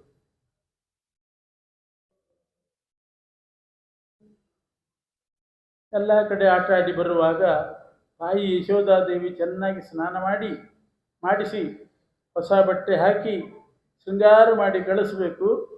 ಒಂದು 10 ನಿಮಿಷದಲ್ಲಿ ಮೈಯೆಲ್ಲ ಕೊಳೆ ಮಾಡಿಕೊಂಡು, ಒಂದಿಷ್ಟು ಗೋಮಯ ಹಚ್ಚಿಕೊಂಡು, ಸಗಣಿ ಹಚ್ಚಿಕೊಂಡು, ತಲೆ ಮೇಲೆ ಒಂದಿಷ್ಟು ಮಣ್ಣು ಹಾಕ್ಕೊಂಡು ನೋಡಬೇಕು. ಹುಡುಗರನ್ನ ಉಸಿಗಿನ ಮೇಲೆ ಕೂತ್ಕೊಂಡು ತಗೊಂಡು ಅನಾಮತ್ತಾಗಿ ಹಾಕೋತಾ ಇರ್ತಾರೆ. ತಲೆ ಮೇಲೆ ಮಂತ್ರಾಕ್ಷತೆ ಹಾಕ್ಕೊಂಡು ಹಾಗೆ ಉಸುಗು ಹಾಕೋತಾನೇ ಇರ್ತಾರೆ. ಅದೇ ಆನಂದ. ಆ ರೀತಿ ಕೃಷ್ಣ ಒಂದಿಷ್ಟು ಧೂಳು ಹಚ್ಚಿಕೊಂಡು ಮೈಗೆಲ್ಲ ಬಂದಿದ್ದಂತೆ. ಅಂಕೋಜ್ಜಿತೆಂದು ಪ್ರತಿಮಾನನಂತಂ ಅಂಕಂ ಸಮಾರೋಪ್ಯ ಮುಹುರ್ಮೃಜಂತಿ ಪಂಕಂ ಮನೋಜ್ಞಾಂಗಗತಂ ಕ್ಷುಧಾರ್ಥ ಶಂಕಾಸ್ತನ ಕ್ಷೀರಮಪಾಯಯತ್ಸ. ಆವಾಗ ಯಶೋಧಾದೇವಿ ಕೃಷ್ಣ ಬಂದಾಗ ಆಟಾಡಿ ಮೈಯೆಲ್ಲ ಕೊಳೆ ಮಾಡಿಕೊಂಡು ಕೃಷ್ಣ ಅಮ್ಮನ ನೆನಪಾಗಿ ಓಡಿ ಬರ್ತಿದ್ದಂತೆ. ಬಂದ ಕೃಷ್ಣನನ್ನು ತೊಡೆ ಮೇಲೆ ಮಲಗಿಸ್ಕೊಂಡು ಆ ತಲೆ ಮೇಲೆ ಇರೋ ಉಸುಗು ಮಣ್ಣು ಅದನ್ನೆಲ್ಲ ತೆಗೀತಾ, ಧೂಳೆಲ್ಲ ಒರೆಸ್ತಾ, ಸಗಣಿ ಒರೆಸ್ತಾ, ಎಷ್ಟು ಕೊಳೆ ಮಾಡ್ಕೊಂಡಿದ್ದೀಯಲ್ಲೋ ಅಂತ ಹೇಳಿ ಅವನಿಗೆ ಸ್ತನ್ಯಪಾನ ಮಾಡಿಸ್ತಾ ಇದ್ದಾನೆ. ಎದೆ ಹಾಲು ಕುಡಿಸ್ತಾ ಇದ್ದು ತೊಡೆ ಮೇಲೆ ಮಲಗಿಸ್ಕೊಂಡು. ಅಂಥ ಭಾಗ್ಯ ಯಶೋಧಾದೇವಿ. ಬೇರೆಯವರೆಲ್ಲ ದೊಡ್ಡವರು ಕಾಯ್ತಿರ್ತಾರೆ, ಒಂದು ಕ್ಷಣ ಅವನ ದೃಷ್ಟಿ ನಮ್ಮ ಮೇಲೆ ಬಿದ್ದರೆ ಸಾಕು ಅಂತ ಕಾಯ್ತಾ ಇರುವಾಗ ಯಶೋಧಾದೇವಿ ಈ ಭಾಗ್ಯ. ಕೃಷ್ಣನ ತೊಡೆ ಮೇಲೆ ಮಲಗಿಸ್ಕೊಂಡು ಸ್ತನ್ಯಪಾನ ಮಾಡಿಸು. ಆವಾಗ ಕೃಷ್ಣ ಯಶೋಧೆ ಮುಖವನ್ನೇ ನೋಡ್ತಿದ್ದ. ದಿಟ್ಟಿಸಿ ನೋಡಿ ಪರಿಚಯ ಮಾಡ್ಕೊಂಡಿದ್ದಾನೆ. ಎಲ್ಲ ಮಕ್ಕಳಿಗೂ ತಾಯಿ ಮುಖ ಪರಿಚಯ ಆಗೋದೇ ಆವಾಗ. ಹಾಲು ಕುಡಿಸ್ತಾ ಇರ್ತಾರಲ್ಲ, ಆ ಕಡೆ ಈ ಕಡೆ ಎಲ್ಲೂ ನೋಡೋದಿಲ್ಲ ಮಕ್ಕಳು, ತಾಯಿ ಮುಖನೇ ನೋಡ್ತಿರ್ತಾರೆ. ತಾಯಂದ್ರಿಗೆ ಗೊತ್ತಾಗಲ್ಲ ಅಷ್ಟೇ, ಯಾಕೆಂದ್ರೆ ಇವರು ಟಿ ವಿ ನೋಡ್ತಾ ಇರ್ತಾರೆ, ಹಾಗಾಗಿ ಅವ್ರಿಗೆ ಗೊತ್ತಾಗೋದಿಲ್ಲ. ಮಗುಗೆ ಟಿ ವಿ ನೋಡೋ ಹುಚ್ಚು ಇರೋದಿಲ್ಲ, ಆ ವಯಸ್ಸಿನಲ್ಲಿ ಇನ್ನೂ ಹುಚ್ಚು ಬಂದಿರೋದಿಲ್ಲ, ಮೊಬೈಲು ಟಿ ವಿ, ತಾಯಿ ಮುಖನೇ ನೋಡ್ತಾ ಇರ್ತದೆ. ಆ ರೀತಿ ಯಶೋಧಾದೇವಿ ಸ್ತನ್ಯಪಾನ ಮಾಡಿಸ್ತಾ ಇದ್ದು ಕೃಷ್ಣನಿಗೆ. ಸ್ವಲ್ಪ ದೊಡ್ಡವನಾದ ಮೇಲೆ ಹುಡುಗರನ್ನ ಗೆಳೆಯರನ್ನ ಮಾಡಿಕೊಂಡು ಗೋಪಿಕಾಸ್ತ್ರೀಯರ ಮನೆಗೆ ಹಾಲು ಮೊಸರು ಬೆಣ್ಣೆ ಕದಿಯೋಣ ಅಂತ ಹೋಗ್ತಾ ಇದ್ದ. ಹೋಗಿ ಕೇಳಬಹುದಿತ್ತು ಅವನು, ನಂಗೆ ಒಂದಿಷ್ಟು ಬೆಣ್ಣೆ ಕೊಡ್ರಿ ತಿನ್ಲಿಕ್ಕೆ ಬೇಕು ಅಂತ ಕೇಳಬಹುದಾಗಿತ್ತು. ಕೇಳಲಿಲ್ಲ, ಹೋಗಿ ಕದ್ದು ತಿಂತಿದ್ನಂತೆ. ಯಾಕೆಂದ್ರೆ ಅದು ಅವನಿಗೆ ಜನ್ಮಸಿದ್ಧ ಸ್ವಭಾವ ಕದಿಯೋದು. ನಾರಾಯಣೋ ನಾಮ ನರೋ ನರಾಣಾಂ ಪ್ರಸಿದ್ಧ ಚೋರ ಕಥಿತ ಪೃಥಿವ್ಯಾಂ ಅನೇಕ ಜನ್ಮಾರ್ಜಿತ ಪಾಪ ಸಂಚಯಂ ಹರತ್ಯಶೇಷಂ ಸ್ಮೃತ ಮಾತ್ರ ಏವ. ನಾರಾಯಣ ಅಂದ್ರೆ ಆ ಮೂಲ ರೂಪಿ ನಾರಾಯಣ ಇದ್ದಾನಲ್ಲ, ಪ್ರಸಿದ್ಧ ಚೋರ. ಯಾಕೆ ಅಂದರೆ ನಾರಾಯಣ ಅಂತ ಒಂದು ಸಲ ಸ್ಮರಣೆ ಮಾಡಿದರೆ ಸಾಕು, ಎಷ್ಟೋ ಜನ್ಮದಿಂದ ನಾವು ಕೂಡಿಟ್ಟಂತಹ ಪಾಪವನ್ನು ಒಂದು ಕ್ಷಣದಲ್ಲಿ ಕದ್ಕೊಂಡು ಹೋಗ್ತಾನೆ. ಅದರಿಂದ ಪಾಪವನ್ನು ಕದಿಯೋದರಲ್ಲಿ ಪ್ರಸಿದ್ಧನಾದವನು ನಾರಾಯಣ. ಹಾಗಾಗಿ ಅಜಾಮಿಳನ ಪಾಪ ಎಲ್ಲ ಕದ್ಕೊಂಡು ಹೋದ. ಅನುಕೂಲನೇ ಆಯಿತು ಅಜಾಮಿಳನಿಗೆ, ಬೇರೇನಾದರೂ ಕದಿಬಾರ್ದಷ್ಟೇ, ಪಾಪ ಕದ್ದರೆ ಪರವಾಗಿಲ್ಲ. ಅದರಿಂದ ಸ್ವಭಾವ ಸಿದ್ಧವಾದಂಥ ಒಂದು ಸ್ವಭಾವ ಅವನಿಗೆ, ಕೃಷ್ಣನಿಗೆ. ಅದಕ್ಕಾಗಿ ಎಲ್ಲ ಗೋಪಿಕಾಸ್ತ್ರೀಯರ ಮನೆಗೆ ಹೋಗಿ ಬೆಣ್ಣೆ ಕದೀತಾ ಇದ್ದ. ಬೆಣ್ಣೆ ಕೃಷ್ಣ ಅವನ ಸ್ವರೂಪವನ್ನು ವರ್ಣನೆ ಮಾಡಿದ್ದ. ಹೇಗಿದ್ದ ಬೆಣ್ಣೆ ಕೃಷ್ಣ? ಒಂದು ಸಲ ಗೋಪಿಕಾಸ್ತ್ರೀಯರೆಲ್ಲ ಯಶೋದೆ ಹತ್ತಿರ ಬಂದು, ನಿನ್ನ ಮಗ ಹಾಗೆ ಮಾಡಿದ ಹೀಗೆ ಮಾಡಿದ, ನಮ್ಮ ಮನೆಗೆ ಬಂದ ಹಾಲು ಕುಡ್ದ, ಒಬ್ರು ಹೇಳೋದ್ರು, ಇನ್ನೊಬ್ರು ಬಂದರು ನಮ್ಮ ಮನೆ ಗಡಿಗೆ ಒಡೆದ. ಯಾಕೆಂದರೆ ಗಡಿಗೆಯಲ್ಲಿ ಬೆಣ್ಣೆ ಇಟ್ಟು ಮೇಲೆ ನೆಲುವಿನಲ್ಲಿ ಇಟ್ಟಿದ್ರಂತೆ, ಇವನಿಗೆ ಸಿಗಲಿಲ್ಲ, ಕಲ್ಲು ತೊಗೊಂಡು ಹೊಡೆದ, ಬೆಣ್ಣೆ ಕೆಳಗೆ ಬಿತ್ತು, ತಿಂದ. ಗಡಿಗೆ ಹೊಡೆದ, ಬೆಣ್ಣೆನೂ ಹೋಯಿತು, ಗಡಿಗೆನೂ ಹೋಯಿತು. ಹೀಗೇನೇನೋ ಚೇಷ್ಟೆಗಳು ಮಾಡ್ತಿದ್ದಂತೆ ಕೃಷ್ಣ. ಒಂದು ಮನೆಗೆ ಹೋದಾಗ ಯಾವಾಗಲೂ ಅವರು ಕೃಷ್ಣನ ಬೈಯೋರು, ಯಾಕೆ ಬರ್ತೀವಿ ನಮ್ಮ ಮನೆಗೆ ಹಗಲೆಲ್ಲ ಬೆಣ್ಣೆ ಕದಲಿಕ್ಕೆ ಅಂತ ಬಡದು ಓಡಿಸ್ತಿದ್ರಂತೆ. ಒಂದು ದಿವಸ ಕೃಷ್ಣ ಅವ್ರ ಮನೆಗೆ ಹೋಗಿದ್ದಾನೆ. ಮನೆ ಯಜಮಾನರು ಅವತ್ತು ಏನು ಹಬ್ಬನೋ ಏನೋ ಗೊತ್ತಿಲ್ಲ, ಚೆನ್ನಾಗಿ ಎಣ್ಣೆ ಹಚ್ಚಿಕೊಂಡು ಬಿಸಿ ಬಿಸಿ ಸ್ನಾನ ಮಾಡಿ ಅಭ್ಯಂಜನ ಮಾಡಿ ನಿದ್ದೆ ಬಂದಿದೆ, ಮಲ್ಕೊಂಡಿದ್ದಾರೆ ಮಂಚದ ಮೇಲೆ. ದೊಡ್ಡ ಜುಟ್ಟು ಬಿಟ್ಟಿದ್ದಾರೆ, ಅದು ಕೆಳಗಡೆ ಇಳಿ ಬಿದ್ದಿದೆ, ಒಣಗಲಿ ಅಂತ ಬಿಟ್ಟಿದ್ರು, ಗಂಟು ಹಾಕೊಂಡಿದ್ದಿಲ್ಲ. ಕೃಷ್ಣ ಹೋದ, ಬೆಣ್ಣೆ ಎಲ್ಲ ಬಚ್ಚಿಟ್ಟಿದ್ರು, ಒಂದು ಕಡೆನೂ ಬೆಣ್ಣೆ ಸಿಗಲಿಲ್ಲ, ಏನೂ ಸಿಗಲಿಲ್ಲ. ಇವ್ರಿಗೆ ತಕ್ಕ ಶಾಸ್ತಿ ಮಾಡಬೇಕು ಅಂತಂದ. ಮಲ್ಲಿಗೆ ನಿದ್ದೆ ಮಾಡ್ತಿದ್ರು ಯಜಮಾನರು, ಅವ್ರ ಜುಟ್ಟು ಇಳಿ ಬಿದ್ದಿತ್ತು, ಅದನ್ನು ಮಂಚಕ್ಕೆ ಗಂಟು ಹಾಕಿದ, ಮಂಚದ ಕಾಲಿಗೆ ಗಂಟು ಹಾಕಿದ. ಪಕ್ಕದಲ್ಲಿ ನಿಂತ್ಕೊಂಡು, ಯಜಮಾನ್ರೇ ನಿಮ್ಮ ಕೊಟ್ಟಿಗೆಗೆ ಗೋಶಾಲೆಗೆ ಬೆಂಕಿ ಬಿದ್ದಿದೆ ಅಂದ. ದಿಗ್ಗನೆ ಎದ್ರಂತೆ ಜುಟ್ಟಲ್ಲೇ. ಇಂಥವೆಲ್ಲ ಚೇಷ್ಟೆ ಮಾಡ್ತಾ ಇದ್ದ ಕೃಷ್ಣ. ಗೋಪಿಕಾಸ್ತ್ರೀಯರ ಮನೆಗೆ ಹೋಗಿ ಬೆಣ್ಣೆ ಕದ್ದು ಬಂದಿದ್ದಾನೆ. ಒಂದು ಸಲ ಏನೇನು ಚೇಷ್ಟೆ ಮಾಡಿದ್ದಾನೆ ಅಂತ ಎಲ್ಲ ಹೇಳಿ ಹೋಗಿದ್ದಾರೆ. ಅವ್ರು ಹೋದ್ಮೇಲೆ ಕೃಷ್ಣ ಬಂದಂತೆ. ಅವರಿಲ್ಲಿ ದೂರು ಕೊಡ್ಲಿಕ್ಕೆ ಬಂದಾಗ ಅವ್ರ ಮನೆಗೆ ಹೋಗ್ತಿದ್ದಂತೆ. ಕಂಪ್ಲೇಂಟ್ ಕೊಡ್ಲಿಕ್ಕೆ ಹೋದಾಗಲೇ ಕಳ್ಳರು ಮನೆಗೆ ಬಂದ್ರಂತೆ, ಪೊಲೀಸ್ ಸ್ಟೇಷನ್ಗೆ ಹೋದಾಗ. ಹಾಗೆ ಅವರೆಲ್ಲ ಕಂಪ್ಲೇಂಟ್ ಕೊಡೋಣ ಅಂತ ಯಶೋದೆ ಮನೆಗೆ ಬಂದಾಗ ಅವ್ರ ಮನೆಗೆ ಹೋಗಿ ಬೆಣ್ಣೆ ತಿಂದು ಕೃಷ್ಣ ಬಂದಿದ್ದಾನೆ, ಇವ್ರು ಹೋಗಿದ್ದಾರೆ ಅಷ್ಟೇ. ಆಗ ಯಶೋಧಾದೇವಿಗೆ ಸಿಟ್ಟು ಬಂದು ಕೃಷ್ಣನ ಬೈಯೋಣ ಅಂತ ಬಗ್ಗಿದ್ಲು. ಬಾಯಲ್ಲಿ ಬೆಣ್ಣೆ ವಾಸನೆ ಹೊಡಿತಾ ಇದೆ. ವದನೆ ನವನೀತ ಗಂಧವಾಹಂ, ಒಳ್ಳೆ ವಾಸನೆ ಹೊಡಿತಾ ಇದೆ. ಇನ್ನು ಪ್ರತ್ಯೇಕ ಕೇಳಬೇಕಾಗಿಲ್ಲ, ಬಾಯಿನೇ ಹೇಳ್ತಾ ಇದೆ ಬೆಣ್ಣೆ ನಾನು ತಿಂದಿದ್ದೇನೆ ಅಂತ. ಯಾಕೋ ಬೆಣ್ಣೆ ತಿಂದು ಎಲ್ಲರೂ ಬಂದು ದೂರು ಕೊಟ್ಟಿದ್ದಾರೆ, ನನಗೂ ಬೆಣ್ಣೆ ವಾಸನೆ ಬರ್ತದೆ ಅಂತ ಯಶೋಧಾದೇವಿ ಬೈದ್ರೆ, ವಚನೆ ತಸ್ಕರ ಚಾತುರಿ ಧುರೀಣಂ. ಬಾಯಲ್ಲಿ ಬೆಣ್ಣೆ ವಾಸನೆ, ವಚನದಲ್ಲಿ ಮಾತ್ರ ಎಷ್ಟು ಚಾತುರ್ಯದ ಮಾತು. ನಾನು ಯಾಕಮ್ಮ ಇನ್ನೊಬ್ಬರ ಮನೆಗೆ ಹೋಗಿ ಬೆಣ್ಣೆ ಕದಿಲಿ? ನೀನೇನು ಕಡಿಮೆ ಮಾಡಿದ್ದಿ ನನಗೆ? ಅವಳನ್ನೇ ಹೊಗಳಿಬಿಡೋದು. ನೀನೇನಾದರೂ ಕಡಿಮೆ ಮಾಡಿದರೆ ನಾನು ಇನ್ನೊಬ್ಬರ ಮನೆಗೆ ಹೋಗಬೇಕು, ನೀನೇನು ಕಡಿಮೆ ಮಾಡಿದ್ದಿ? ನಮ್ಮನೆಯಲ್ಲೇ ಬೇಕಾದಷ್ಟು ಬೆಣ್ಣೆ ಬಿದ್ದಿದೆ, ಅವರೇ ಕದ್ಕೊಂಡು ಹೋಗಲೇಬೇಕಾದ್ರೆ. ಹೀಗೆಲ್ಲ ಚಾತುರ್ಯದ ಮಾತಾಡಿ ನಂಬಿಸಿಬಿಡ್ತಿದ್ದ. ಯಶೋಧಾದೇವಿ, ಇಲ್ಲ ಮಗು, ಅವರಿಗೆಲ್ಲ ಹೊಟ್ಟೆ ಕಿಚ್ಚು, ನೀ ಅಳಬೇಡ ಅಂತ ಕಣ್ಣೊರೆಸಿ ಆಚೆ ಹೋದ ಮೇಲೆ ಮತ್ತು ಬೈದರೆ, ಇನ್ನೂ ಸ್ವಲ್ಪ ಜಾಸ್ತಿ ಬೈದರೆ, ನಿಂಗೆ ಅದೊಂದು ಸ್ವಭಾವ, ಚಟ, ಬೆಣ್ಣೆ ಕದೀತಿ ಅಂತ ಬೈದರೆ, ನಯನೇ ಕುಹಕ ಆಶ್ರಯೇತ ಚರಣೆ ಕೋಮಲತಾಂಡವಂ ಕುಮಾರಂ. ಬಾಯಲ್ಲಿ ಬೆಣ್ಣೆ ವಾಸನೆ, ವದನದಲ್ಲಿ ಗಂಧವ ಬೆಣ್ಣೆ, ವಚನದಲ್ಲಿ ಚಾತುರ್ಯದ ಮಾತು, ಕಣ್ಣಿನಲ್ಲಿ ಧಾರಾಕಾರವಾದ ನೀರು. ಅದನ್ನು ನೋಡಿಬಿಟ್ಟು ಕಣ್ಣೀರು ಒರೆಸಿ ತಾಯಿ ಹೋದ ಮೇಲೆ ಚರಣದಲ್ಲಿ ತಾಂಡವ ನೃತ್ಯ. ಹುಡುಗರಿಗೆ ಹೇಳ್ತಿದ್ದಂತೆ, ನೋಡಿ ಕದಿಯೋದು ದೊಡ್ಡ ವಿಷಯ ಅಲ್ಲ, ಈಗ ಹಳ್ಳಿಗೆ ಬರಬೇಕು, ಆವಾಗ ಕದೀಬೇಕು. ಅದು ಹಳ್ಳಿಗೆ ಬರಬೇಕು. ಕೆಲವರಿಗೆ ಹಳ್ಳಿಕ್ಕೇ ಬರೋದಿಲ್ಲ, ಯಾರಾದರೂ ಹೋದರೂ ಹಳ್ಳಿಗೆ ಬರೋದಿಲ್ಲ. ಅವರಿಗೆ ನಾಚಿಕೆಯಾಗಿ ಒಳಗೆ ಸೇರ್ಕೊಂಡ್ಬಿಟ್ಟಿರ್ತಾರೆ. ಏನಪ್ಪ ಅಳ್ದೇ ಇದ್ರೆ ಏನು ಗತಿ ಅಂತ ಅಂಥ ಪ್ರಸಂಗನೂ ಬರ್ತದೆ. ಯಾಕೆ ಮೊದಲಿಂದ ಕಷ್ಟಪಟ್ಟು ಎದೆ ಗಟ್ಟಿ ಮಾಡ್ಕೊಂಡಿರ್ತಾರೆ, ಅಳುನೇ ಬರೋದಿಲ್ಲ. ಕೆಲವ್ರಿಗೆ ಸಣ್ಣ ಸಣ್ಣ ವಿಷಯಗಳು ಬಂದ್ಬಿಡ್ತದೆ. ಅದಕ್ಕೆ ಕೃಷ್ಣ ಹೇಳ್ತಿದ್ದಂತೆ, ನೋಡಿ ಹತ್ತು ಕೂಡಲೇ ಹೇಗೆ ನಮ್ಮಮ್ಮ ನಂಬಿ ಹೋದ್ರು ಅಂತ. ಇದು ಅವನ ಬೆಣ್ಣೆ ಕೃಷ್ಣನ ಸ್ವರೂಪ. ಆಮೇಲೆ ನಂದಗೋಕುಲದಲ್ಲಿ ಇವನಿಗೆ ವಿಹಾರ ಸಾಕಾಯ್ತು. ನಂದಗೋಕುಲದಲ್ಲೆಲ್ಲ ತೋಳಗಳ ಹಾವಳಿ ಆಯಿತು ಅಂತ ಹೇಳಿ ಎಲ್ಲ ಹುಡುಗರನ್ನು ಕರ್ಕೊಂಡು ವೃಂದಾವನಕ್ಕೆ ಬಂದ. ವೃಂದಾವನದಲ್ಲಿ ಒಂದು ದಿವಸ ದನ ಮೇಯಿಸೋದೇ ಕೆಲಸ, ಅಲ್ಲಿ ಪ್ರತಿನಿತ್ಯ ದನ ಮೇಯಿಸ್ತಾ ಇದ್ದ. ಒಂದು ದಿವಸ ದನ ಮೇಯಿಸ್ಕೊಂಡು ಹೋದಾಗ ಯಮುನಾ ನದಿಯ ಒಂದು ಮಡುವಿನಲ್ಲಿ ದನಗಳೆಲ್ಲ ನೀರು ಕುಡಿದ್ವು, ಕರುಗಳು ನೀರು ಕುಡಿದ್ವು. ಹುಡುಗರು ದನ ಕಾಯುವ ಹುಡುಗರು ನೀರು ಕುಡಿದ್ರು, ಎಲ್ಲ ಸತ್ತು ಹೋಗ್ತಾ ಇತ್ತು. ನೀರು ಕುಡಿಯೋದು ಸಾಯೋದು. ನೀರೆಲ್ಲ ವಿಷ ಆಗಿತ್ತು. ಕಾಳಿಂಗ ಸರ್ಪ ಸೇರಿ ಆ ಯಮುನಾ ನದಿಯನ್ನು ಪೂರ್ತಿ ಕೆಡಿಸಿಬಿಟ್ಟಿತ್ತು. ವಿಷಮಯ ಯಮುನಾ ಇದು ಕಾಳಿಂಗ ಸರ್ಪದಿಂದ. ಈಗಲೂ ಅಷ್ಟೇ ಆಗಿದೆ, ಎಲ್ಲ ನದಿನೂ ವಿಷವೇ. ನದಿಗೆ ಹೋಗಿ ನೀರು ಕುಡಿಯೋ ಸ್ಥಿತಿ ಇಲ್ಲ. ಯಾಕೆಂದರೆ ಊರಿನ ಎಲ್ಲ ಕಶ್ಮಲವನ್ನು ನದಿಗೆ ಬಿಡ್ತಾರೆ. ಯಮುನಾ ನದಿ, ಗಂಗಾ ನದಿಯನ್ನು ಸ್ವಲ್ಪ ಸ್ವಚ್ಛ ಅಂತ ಮಾಡ್ತಾ ಇದ್ದಾರೆ. ಯಮುನಾ ನದಿಗೆ ಹೋಗಿದ್ವಿ. ಒಂದು ಸ್ಥಳ ಇದೆ ಅಲ್ಲಿ, ಅಕ್ರೂರ ಹ್ರದ ಅಂತ ಒಂದು ಸ್ಥಳ ಇದೆ ಯಮುನಾ ನದಿಯಲ್ಲಿ, ಅಕ್ರೂರ್ ಘಾಟ್ ಅಂತ. ಅಕ್ರೂರ ಅಲ್ಲಿ ಮುಳುಗಿದಾಗ ಕೃಷ್ಣ ಕಂಡಿದ್ದಂತ ಅವನಿಗೆ. ಅನಂತ ಪದ್ಮನಾಭ ಕಂಡು ಆ ಜಾಗದಲ್ಲಿ ಕೃಷ್ಣ ಕಂಡ. ಮೊದಲು ಕೃಷ್ಣ ಕಂಡು ಅನಂತ ಪದ್ಮನಾಭ ಕಂಡಿದ್ದ. ಅವತಾರ ರೂಪ, ಮೂಲ ರೂಪ ಎರಡೂ ಕಂಡಿತ್ತು.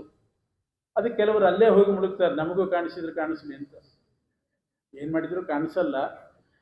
ಅಂತೂ ಅಲ್ಲಿ ಹೋಗಿದ್ವಿ ನಾವು, ನೋಡೋಣ ಅಂತ ಹೋದರೆ ಇಡೀ ಆ ಮಧುರಾದ ಚರಂಡಿ ನೀರೆಲ್ಲ ಅಲ್ಲೇ ಬಿಡ್ತಾ ಇದ್ದಾರೆ. ಆ ಅಕ್ರೂರ ಮಡು, ಅಕ್ರೂರ ಹ್ರದಕ್ಕೆ ಬಿಡ್ತಾ ಇದ್ದಾರೆ, ಆ ಘಾಟಿಗೆ. ಅಲ್ಲಿ ಒಂದು ಬೋರ್ಡು ಹಾಕಿದ್ರು, ಯಮುನಾ ವಿದೂಷಿತ್, ಯಮುನಾ ನ ವಿದೂಷಿತ್ ಕೆರೆ ಅಂತ ಏನೋ ಬೋರ್ಡ್ ಹಾಕಿದ್ರು.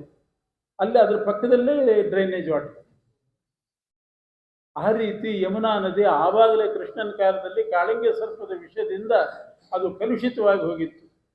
ದನಕರುಗಳು, ದನಕಾಯಿ ಹುಡುಗರು ಕುಡಿದು ಸತ್ತು ಹೋಗ್ತಾ ಇದ್ರು.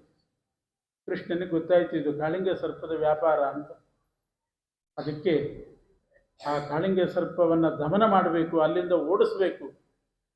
ಜನರು, ದನಕರುಗಳು ನೀರು ಕುಡಿಯುವಂಥ ಜಾಗ ಅದು, ಅಲ್ಲಿಂದ ಓಡಿಸ್ಬೇಕು ಅಂತ ಹೇಳಿ ಆ ಯಮುನಾ ನದಿಗೆ ಹಾರಿದ. 101 ಹೆಡೆ ಕಾಳಿಂಗ ಸರ್ಪ ಅದು ಮೇಲೆ ಬಂತು. ಇವನು ಹಾರಿದ ಕೂಡಲೇ ಅದರ ಬಾಲ ಹಿಡಿದ, ಹೆಡೆ ಮೇಲೆ ನಿಂತ. ಎಲ್ಲ ಚಿತ್ರಗಳನ್ನು ನೋಡಿದ್ದೀನಿ. ಬಾಲ ಎತ್ತಿ ಹಿಡಿದು ಹೆಡೆ ಮೇಲೆ ನಿಂತಿದ್ದಾನೆ.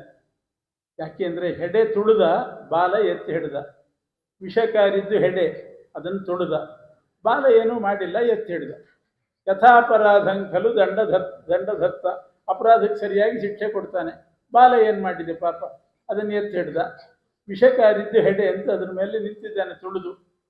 ಅಷ್ಟೊತ್ತಿಗೆ ನಂದಗೋಪ, ಉಪನಂದ ಅವರೆಲ್ಲ ಬಂದರಂತೆ. ಕೃಷ್ಣ ಯಾಕೋ ಬರಲಿಲ್ಲ, ಮಧ್ಯಾಹ್ನ ಆಯಿತು ಅಂತ ಬಂದರೆ, ನನ್ನವರು ಬಂದರು ಅಂತ ಸಂತೋಷದಿಂದ ಆ ಹೆಡೆ ಮೇಲೆ ಕುಣಿತಾ ಇದ್ದಾನಂತೆ ಕೃಷ್ಣ. ಇದೇ ಕಾಳಿಯ ನರ್ತನ ಮಾಡಿದ್ದು ಅಂದರೆ ಆ ಸಂದರ್ಭ. ಕಾಳಿಂಗ ಸರ್ಪದ ಹೆಡೆ ಮೇಲೆ ನಿಂತಿದ್ದ, ಬಂಧುಗಳು ಬಂದದ್ದು ನೋಡಿ ಕುಣಿಲಿಕ್ಕೆ ಶುರು ಮಾಡಿದ. ಕೃಷ್ಣ ಕುಣಿದದ್ದನ್ನು ನೋಡಿ ಬ್ರಹ್ಮ, ರುದ್ರ, ಆಂಜನೇಯ ಅವರೆಲ್ಲ ಬಂದರಂತ ಅಲ್ಲಿಗೆ. ಕೃಷ್ಣ ನರ್ತನ ಮಾಡ್ತಿದ್ದಾನೆ, ನಮಗೂ ಒಂದು ಪಕ್ವಾದ್ಯ ಸೇವೆ ಭಾಗ್ಯ ಬರಲಿ ಅಂತ ಪಕ್ವಾದ್ಯ ನುಡಿಸ್ಲಿಕ್ಕೆ ಅವರು ಬಂದಿದ್ದಾರೆ. ಅನೀನದತ್ಪದ್ಮಭವೋ ಮೃದಂಗಂ ಜಗೌ ಹನುಮಾನ್ ಜಗತಾಮಧೀಶಂ ಅದರ್ಶಯತ್ತಾಲಗತಿ ಕಪರ್ದಿ ನರ್ತ ಗೋಪಾಲಕ ಬಾಲಮೌಲಿ. ಅನೀನದತ್ ಪದ್ಮಭವೋ ಮೃದಂಗಂ. ಪದ್ಮಭವ ಅಂದರೆ ಬ್ರಹ್ಮದೇವರು, ಅವರು ಮೃದಂಗ ತಗೊಂಡು ಬಂದು ಮೃದಂಗ ನುಡಿಸ್ತಾ ಇದ್ದಾರೆ ಕೃಷ್ಣ ನರ್ತನ ಮಾಡುವಾಗ. ಜಗೌ ಹನುಮಾನ್ ಜಗತಾಮಧೀಶಂ. ಕಿಂಪುರುಷ ಖಂಡದಿಂದ ಹಾರಿ ಬಂದು ಹನುಮಂತ ಹಾಡಾಡ್ತಾ ಇದ್ದಾನಂತೆ. ಹನುಮಂತನ ಹಾಡು, ಬ್ರಹ್ಮದೇವರು ಮೃದಂಗ.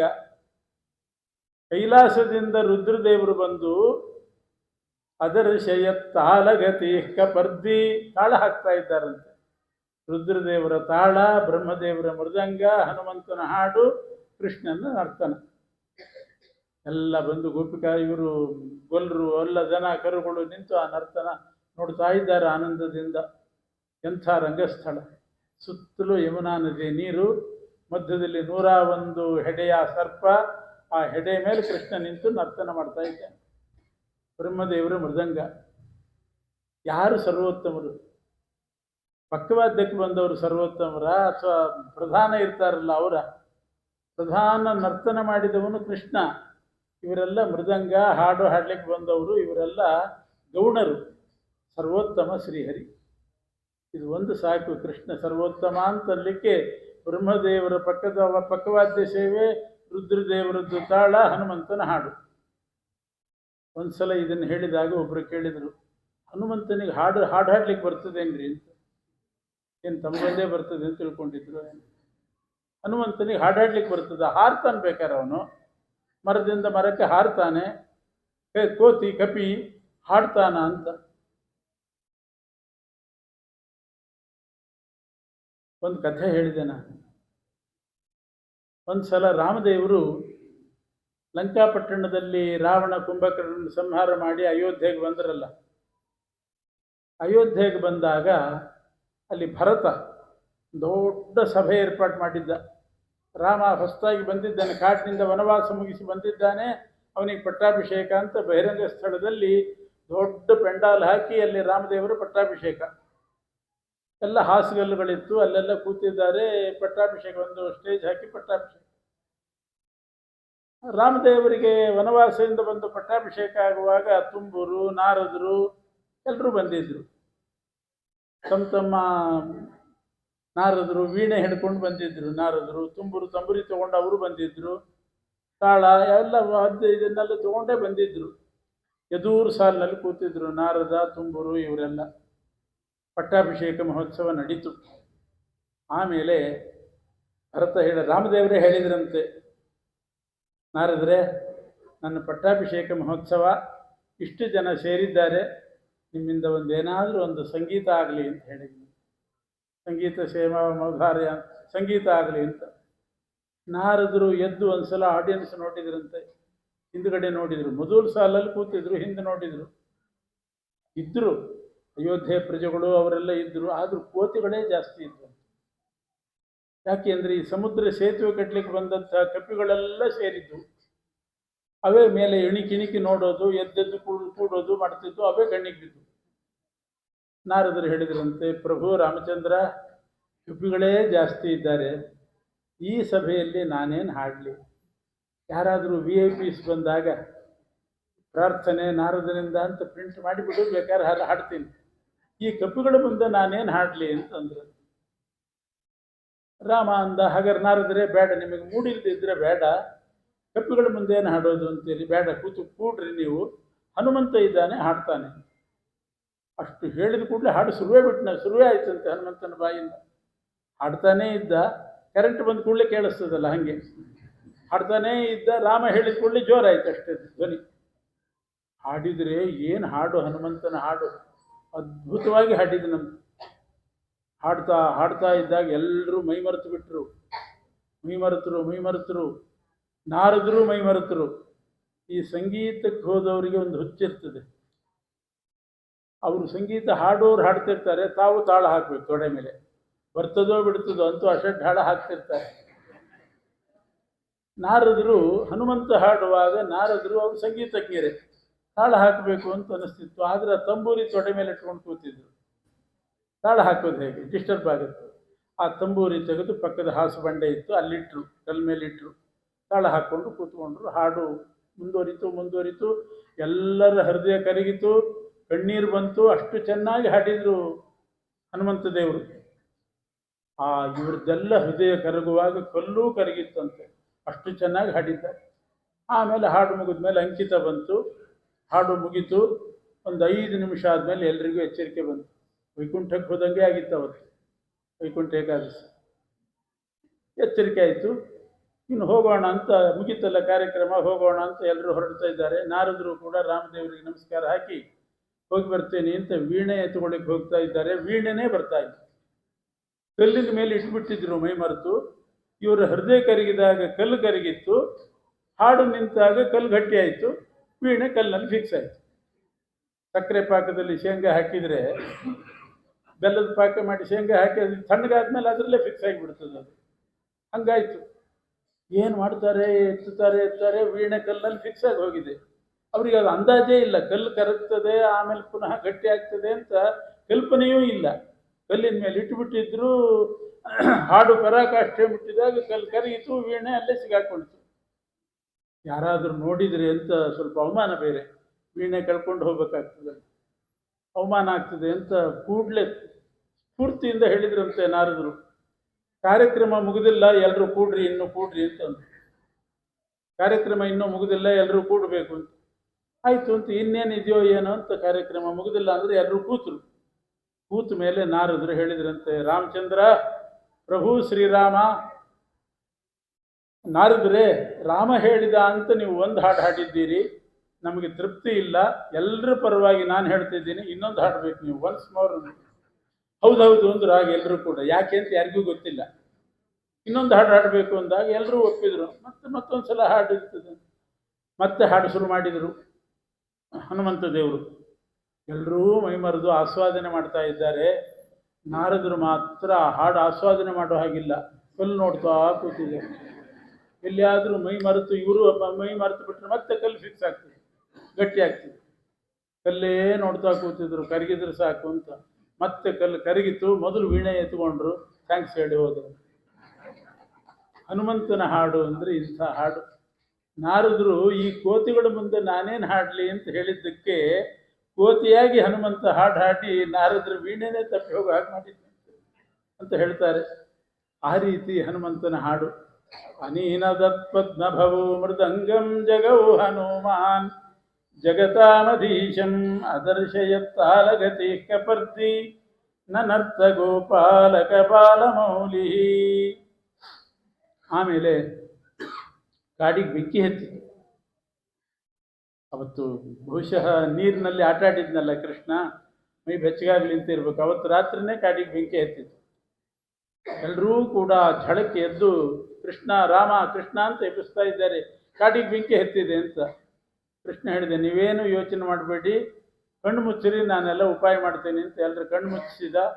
ಇಡೀ ಕಾಡಿಗಿಚ್ಚನ್ನು, ಕಾಡಿಗೆ ಹತ್ತಿದ ಬೆಂಕಿಯನ್ನು ಬಾಯಲ್ಲಿ ಹೀರಿದ. ಕಾಡಿಗಿಚ್ಚನ್ನೇ ಕುಡ್ದ. ದಾವಾಗ್ನಿಪಾನ ಅಂತಾರೆ. ಎಲ್ರಿಗೂ ಸಮಾಧಾನ ಆಯಿತು. ಅಮುನಾಖಿಲ ಗೋಪ ಗೋಪನಾರ್ಥಂ ಯಮುನಾರೋಧಸಿ ನಂದನಂದನೇನ ದಮುನಾವನ ಸಂಭವ ಪಪೇನಃ ಕಿಮುನಾಸೌ ಶರಣಾರ್ಥಿನಾಂ ಶರಣ್ಯ. ಅಮುನಾಖಿಲ ಗೋಪ ಗೋಪನಾರ್ಥಂ, ಎಲ್ಲ ಗೋಪರ ಗೋಪನೆಗೋಸ್ಕರ, ಅಂದರೆ ರಕ್ಷಣೆಗೋಸ್ಕರ. ದಮುನಾವನ ಸಂಭವ ಪಪೇನಃ, ದಮು ಅಂದರೆ ಒಂದು ಕೂಸು. ಇನ್ನು 7 ವರ್ಷ ಆಗಿಲ್ಲ ಕೃಷ್ಣನಿಗೆ. ಆ ವಯಸ್ಸಿನಲ್ಲಿ ಕಾಡಿಗಿಚ್ಚು ಕುಡಿದು ರಕ್ಷಣೆ ಮಾಡಿದ. ಏನಾದರೂ ಆಪತ್ತು ಬಂದಾಗ ಕೃಷ್ಣ ಅಂತ ಮೊರೆ ಹೊಕ್ಕರೆ ಕಿಮುನಾಸೌ ಶರಣಾರ್ಥಿನಾಂ ಶರಣ್ಯ ಅಂತ.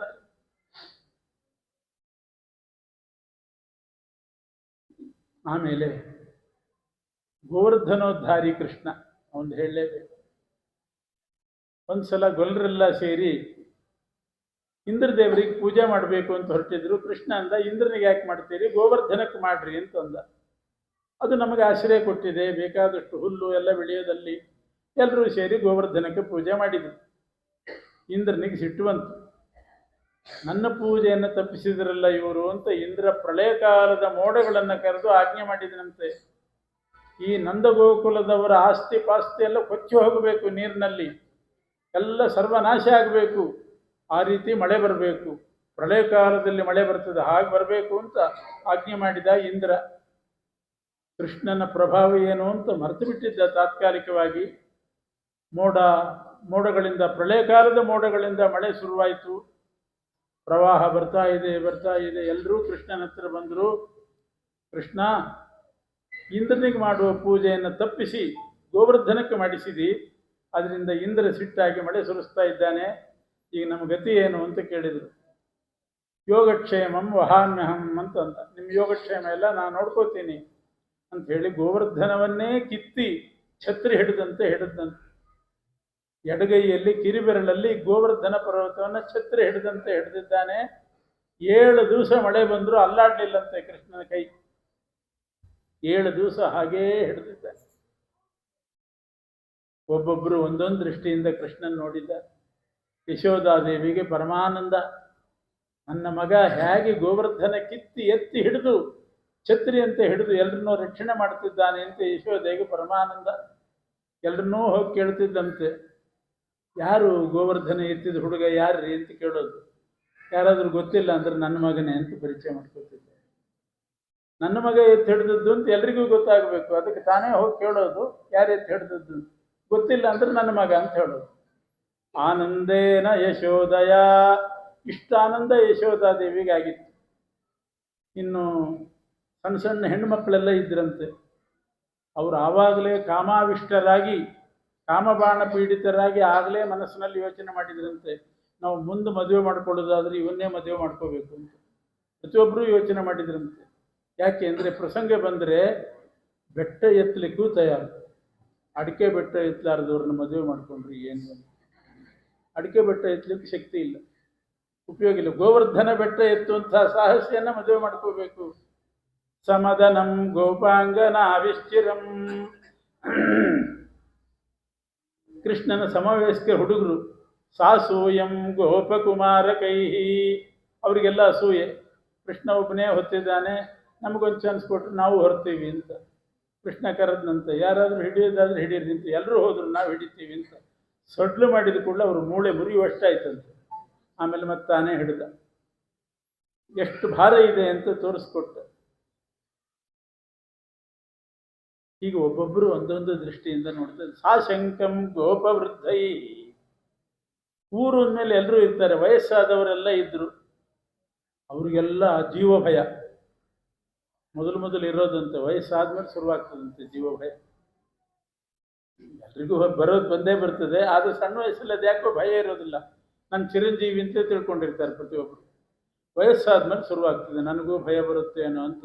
ಪಕ್ಕದ ಮನೆಯವರು, ಎದುರು ಮನೆಯವರು ಯಾರಾದರೂ ಹೋದ ಕೂಡಲೇ ನನಗೂ ಹಿಂಗೆ ಆಗಿಬಿಟ್ರೆ ಏನು ಮಾಡೋದು ಅಂತ ಭಯ. ಆ ವೃದ್ಧರೆಲ್ಲ ಇದ್ದರು, ಅವರೂ ಕೂಡ ಗೋವರ್ಧನದ ಕೆಳಗೆ ಆಶ್ರಯ ಪಡೆದಿದ್ರು. 7 ವರ್ಷದ ಹುಡುಗ ಬೆಟ್ಟ ಎತ್ತಿದ್ದಾನೆ, ಎಲ್ಲಿ ಕೈ ಸೋತು ಬಿಟ್ಬಿಡ್ತಾನೋ ಅಂತ ಅವ್ರಿಗೆ ಹೆದರಿಕೆ. ಅದಕ್ಕೆ ತಾವು ತಂದಿರೋ ವಾಕಿಂಗ್ ಸ್ಟಿಕ್ ಮೇಲೆ ಹಿಡಿದಿದ್ರಂತ. ಅಕಸ್ಮಾತ್ ಕೈ ಸೋತು ಬಿಟ್ಟರೆ ನಮ್ಮೇಲೆ ಬೀಳದೇ ಇರಲಿ ಅಂತ ಇವ್ರ ಕೈಯೇ ನಡುತ್ತಾ ಇದೆ, ಆ ಕೋಲನ್ನು ಕೆಳಗೂರೋದನ್ನು ಮೇಲೂರಿದ್ರಂತೆ. ಸಾಶಂಕಂ ಗೋಪವೃದ್ಧೈ, ಹೀಗೆ ಕೃಷ್ಣ ಗೋವರ್ಧನೋದ್ಧಾರ ಮಾಡಿ ಒಬ್ಬೊಬ್ಬರಿಗೆ ಒಂದೊಂದು ರೀತಿ ಕಾಣಿಸ್ಕೊಂಡಿದ್ದಾನೆ. ಆಮೇಲೆ ಇದೆಲ್ಲ ಆದಮೇಲೆ ಶರದೃತು ಬಂತು. ದೃಷ್ಟ್ವಾ ಕುಮುದ್ವಂತಮಖಂಡ ಮಂಡಲಂ ರಾಮಾನನಾಭಂ ನವಕುಂಕುಮಾರುಣಂ ವನಂಚ ತತ್ಕೋಮಲಗೋಭಿರಂಜಿತಂ ಜಗೌಕಲಂ ವಾಮದೃಶಾಂ ಮನೋಹರಂ. ಶರದೃತುವಿನಲ್ಲಿ ಮಳೆ ಇರೋದಿಲ್ಲ, ಭೂಮಿ ಸ್ವಚ್ಛವಾಗಿರ್ತದೆ, ಒಣಗಿರ್ತದೆ, ಕೆಸರಿರೋದಿಲ್ಲ, ಮೋಡ ಇರೋದಿಲ್ಲ, ಒಳ್ಳೆ ಬೆಳದಿಂಗಳು. ಅಂಥ ಬೆಳದಿಂಗಳಲ್ಲಿ ಗೋಪಿಕಾ ಸ್ತ್ರೀಯರನ್ನ ಬರಮಾಡಿಕೊಂಡು ಅವ್ರ ಜೊತೆಗೆ ರಾಸಕ್ರೀಡೆ ಮಾಡಬೇಕು ಅಂತ ಕೃಷ್ಣನಿಗೆ ಅನಿಸ್ತು. ಅವರಿಗೆ ಆನಂದ ಕೊಡಲಿಕ್ಕೋಸ್ಕರ ಅದಕ್ಕೇನು ಮಾಡ್ತಿದ್ದ, ಒಂದು ಕೊಳಲು ತಗೊಂಡು ಮೊದಲು ತಾನೊಬ್ಬನೇ ಯಮುನಾ ತೀರಕ್ಕೆ ಹೋಗಿ ಆ ಶರದೃತುವಿನ ಹುಣ್ಣಿಮೆ ದಿವಸ ಕೊಳಲು ಊದೋದು. ಆ ಧ್ವನಿ ಕೇಳಿದ ಕೂಡಲೇ ಎಲ್ಲ ಗೋಪಿಕಾ ಸ್ತ್ರೀಯರು ಬರ್ತಿದ್ರಂತೆ ಧಾವಿ. ಯಾಕೆಂದರೆ ಕೃಷ್ಣ ರಾಸಕ್ರೀಡೆ ಮಾಡುವ ಪದ್ಧತಿ ಹೇಗಿತ್ತು ಅಂದರೆ, ಮಂಡಲೀಕೃತ ಮನೋರಮ ರಾಮ ಕುಂಡಲದ್ಯುತಿ ಸುದೀಪಿತ ಸೀಮಾ ಚಂಡಚುಂಬನ ಕುತೂಹಲ ಕಾಮ ಖಂಡಿತ ನನ ಸರೋರುಹಧಾಮ. ವಾದಿರಾಜರ ಶ್ಲೋಕ. ಭಾಗವತದ ರಾಸಕ್ರೀಡೆಯನ್ನು ಅವರು ವರ್ಣನೆ ಮಾಡ್ತಾರೆ ಅಷ್ಟೇ. ಮಂಡಲೀಕೃತ ಮನೋರಮ ರಾಮ, ಆ ಶ್ಲೋಕ ಗಮನಿಸ್ರಿ. 4 ಪಾದದ ಶ್ಲೋಕ. ಪ್ರತಿಯೊಂದು ಪಾದದ ಕೊನೆಯಲ್ಲಿ ಮಾ ಮಾ ಮಾ ಅಂತ ಬರ್ತದೆ. ಮಂಡಲೀಕೃತ ಮನೋರಮ ರಾಮ ಕುಂಡಲದ್ಯುತಿ ಸುದೀಪಿತ ಸೀಮಾ ಗಂಡಚುಂಬನ ಕುತೂಹಲ ಕಾಮ ಖಂಡಿತಾನನ ಸರೋರುಹ ಧಾಮ. ಮಾಘ ಅಂತ ಒಬ್ಬ ಕವಿ ಕಾವ್ಯ ಬರೆದಿದ್ದಾನೆ. ಮಾ ಅದು ಬೇಡ, ನಂದು ಓದ್ರಿ ಅಂತ ಈಗ ಸೂಚನೆ ಕೊಡ್ತಾ ಇದ್ದಾರೆ. ಮಂಡಲಾಕಾರವಾಗಿ ಬಂದ ಗೋಪಿಕಾಸ್ತ್ರೀಯರನ್ನೆಲ್ಲ ನಿಲ್ಲಿಸೋದು. ಅನೇಕ ಮಂಡಲಗಳು ಯಮುನಾ ನದಿ ತೀರದಲ್ಲಿ. ಆ ಒಂದೊಂದು ಮಂಡಲ ಹೇಗಿರ್ತಿತ್ತು ಅಂದರೆ ಅಂಗನಾಂ ಅಂಗನಾಂ ಅಂತರೇ ಮಾಧವೋ ಮಾಧವಂ ಮಾಧವಂ ಅಂತರೇ ಅಂಗನಾ ಇತ್ತಮಾ ಕಲ್ಪಿತೆ ಮಂಡಲೆ ಮಧ್ಯಗಃ ಸಂಜಗೌ ವೇಣುನಾ ದೇವಕಿ ನಂದನ. ಅಂಗನಾಂ ಅಂಗನಾಂ ಅಂತರೇ ಮಾಧವ, ಇಬ್ಬರಿಬ್ಬರು ಗೋಪಿಕಾಸ್ತ್ರೀಯರು, ಮಧ್ಯದಲ್ಲಿ ಕೃಷ್ಣ.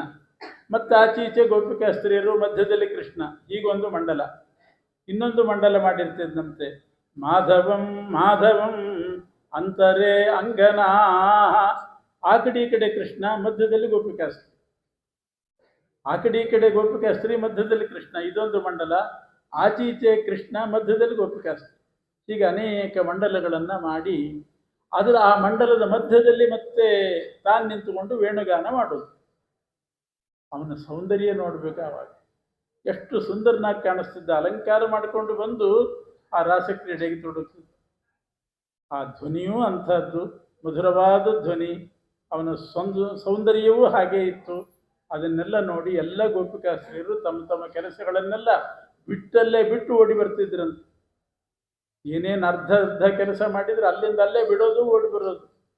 ಯಾಕೆಂದರೆ ಆ ಮಂಡಲದಲ್ಲಿ ಮತ್ತೆ ಅವಕಾಶ ಇಲ್ಲ. ಮಂಡಲ ರಚನೆ ಆದಮೇಲೆ ಅವಕಾಶ ಇಲ್ಲ. ಅದಕ್ಕೋಸ್ಕರ ಮಂಡಲದಲ್ಲಿ ಸೇರಬೇಕು ಅಂತ ಧಾವಿಸಿ ಬರ್ತಿದ್ರು. ಅಷ್ಟು ಸುಂದರನಾಗಿ ಕೃಷ್ಣ ಕಾಣ್ತಿದ್ದ. ಕೇಶಪಾಶಧೃತ ಪಿಂಚಿಕಾ ವಿತತಿ ಸಂಚರನ್ಮಕರ ಕುಂಡಲಂ ಹಾರಜಾಲವನ ಮಾಲಿಕಾ ಲಲಿತ ಮಂಗರಾ ಗಗನ ಸೌರಭಂ ಪೀತಚೇಲಧೃತ ಕಾಂಚಿ ಕಾಂಚಿತ ಮುದಂಚದಂಶುಮಣಿ ನೂಪುರಂ ರಾಸಕೇಲಿ ಪರಿಭೂಷಿತಂ ತವ ಹಿ ರೂಪಮೀಶ ಕಲಯಾಮಹೇ ತಾವದೇವ ಕೃತ ಮಂಡನೆ ಕಲಿತ ಕಂಚುಲೀಕ ಕುಚ ಮಂಡಲೆ ಗಂಡಲೋಲಮಣಿ ಕುಂಡಲೆ ಯುವತಿ ಮಂಡಲೇಥ ಪರಿಮಂಡಲೆ ಅಂತರಾ ಸಕಲ ಸುಂದರಿ ಯುಗಲ ಮಿಂದಿರಾ ರಮಣ ಸಂಚರನ್ ಮಂಜುಳಾ ತದನು ರಾಸಕೇಲಿಮಯಿ ಕಂಜನಾಭ ಸಮುಪಾದದಾಹ ಕೇಶಪಾಶಧೃತ ಪಿಂಚಿಕಾ ವಿತತಿ. ತಲೆ ತುಂಬ ಕೂದಲು. ಆ ಕೂದಲುಗಳನ್ನೆಲ್ಲ ಬಾಚಿಕೊಂಡು ಅದ್ರ ಮಧ್ಯದಲ್ಲಿ ಒಂದು ನವಿಲುಗರಿ ಇಟ್ಟುಕೊಂಡಿರ್ತದಂತೆ. ಕೇಶಪಾಶಧೃತ ಪಿಂಚಿಕಾ ವಿತತಿ ಸಂಚಲನ್ ಮಕರ ಕುಂಡಲಂ. ಮಕರಾಕಾರದ ಕುಂಡಲ ಕಿವಿಯಲ್ಲಿ ಹಾಕ್ಕೊಂಡಿರ್ತಿದ್ದ. ಅದು ಕೆನ್ನೆಗೆ ಬಂದು ಬಡಿತಾ ಇತ್ತಂತೆ. ಕೇಶಪಾಶಧೃತ ಪಿಂಚಿಕಾ ವಿತತಿ ಸಂಚರನ್ ಮಕರ ಕುಂಡಲಂ ಹಾರಜಾಲವನ ಮಾಲಿಕಾ ಲಲಿತ ಮಂಗರಾ ಗಗನ ಸೌರಭಂ. ಮುತ್ತಿನ ಹಾರಗಳನ್ನೆಲ್ಲ ಹಾಕ್ಕೊಂಡಿರ್ತಿದ್ದ. ವನಮಾಲ ಧರಿಸಿರ್ತಿದ್ದ. ಒಳ್ಳೆ ಸುಗಂಧವನ್ನು ಮೈಗೆ ಲೇಪಿಸಿಕೊಂಡು ಬರ್ತಾ ಇದ್ದ. ಪೀತಾಂಬರ ಉಟ್ಕೊಂಡಿದ್ದ. ಪೀತ ಚೇರ ಧೃತ ಕಾಂಚಿ ಕಾಂಚಿತ. ಆ ಪೀತಾಂಬರದ ಮೇಲೆ ಒಂದು ಒಡ್ಯಾಣವನ್ನು ಧರಿಸಿದ್ದ. ಕಾಲಿನಲ್ಲಿ ಗೆಜ್ಜೆ. ಉದಂಚದ ಅಂಶುಮಣಿ ನೂಪುರಂ ರಾಸಕೇಲಿ ಪರಿಭೂಷಿತಂ ತವ ಹಿ ರೂಪಮೀಶ ಕಲಯಾಮಹೇ. ಇನ್ನು ವೇಣುನಾದ ಮಾಡಿದರೆ ಆ ನಾದಕ್ಕೆ ಸರಿಯಾಗಿ ಆ ಹೆಣ್ಣು ಮಕ್ಕಳು ಹೆಜ್ಜೆ ಹಾಕ್ತಿದ್ರಂತೆ. ವೇಣುನಾದ ಕೃತ ತಾನ ದಾನ ಕಲ ಗಾನ ರಾಗಗತಿ ಯೋಜನಾ ಲೋಭನೀಯ ಮೃದು ಪಾದಪಾತ ಕೃತ ತಾಲಮೇಲನ ಮನೋಹರಂ ಪಾಣಿ ಸಂಕುಣಿತ ಕಂಕಣಂಚ ಮುಹುರಂಸ ಲಂಬಿತ ಕರಾಂಬುಜಂ ಶ್ರೋಣಿಬಿಂಬ ಚಲದಂಬರಂ ಭಜತ ರಾಸಕೇಲಿ ರಸಡಂಬರಂ. ಕೈಯಲ್ಲಿ ಕಂಕಣ, ಅದು ಧ್ವನಿ ಮಾಡಬೇಕು. ಪಕ್ಕದ ಗೋಪಿಕಾ ಸ್ತ್ರೀಯರ ಹೆಗಲಿಗೆ ಕೈ ಹಾಕಿರ್ತಿದ್ದಂತೆ. ಆ ವೇಣುನಾದಕ್ಕೆ ಸರಿಯಾಗಿ ತಾಳ, ಆ ತಾಳಕ್ಕೆ ಸರಿಯಾಗಿ ಗಾನ, ಆ ಗಾನಕ್ಕೆ ಸರಿಯಾಗಿ ಹೆಜ್ಜೆ ಇಡೋದು. ಇಂಥ ವೇಣುಗಾನದ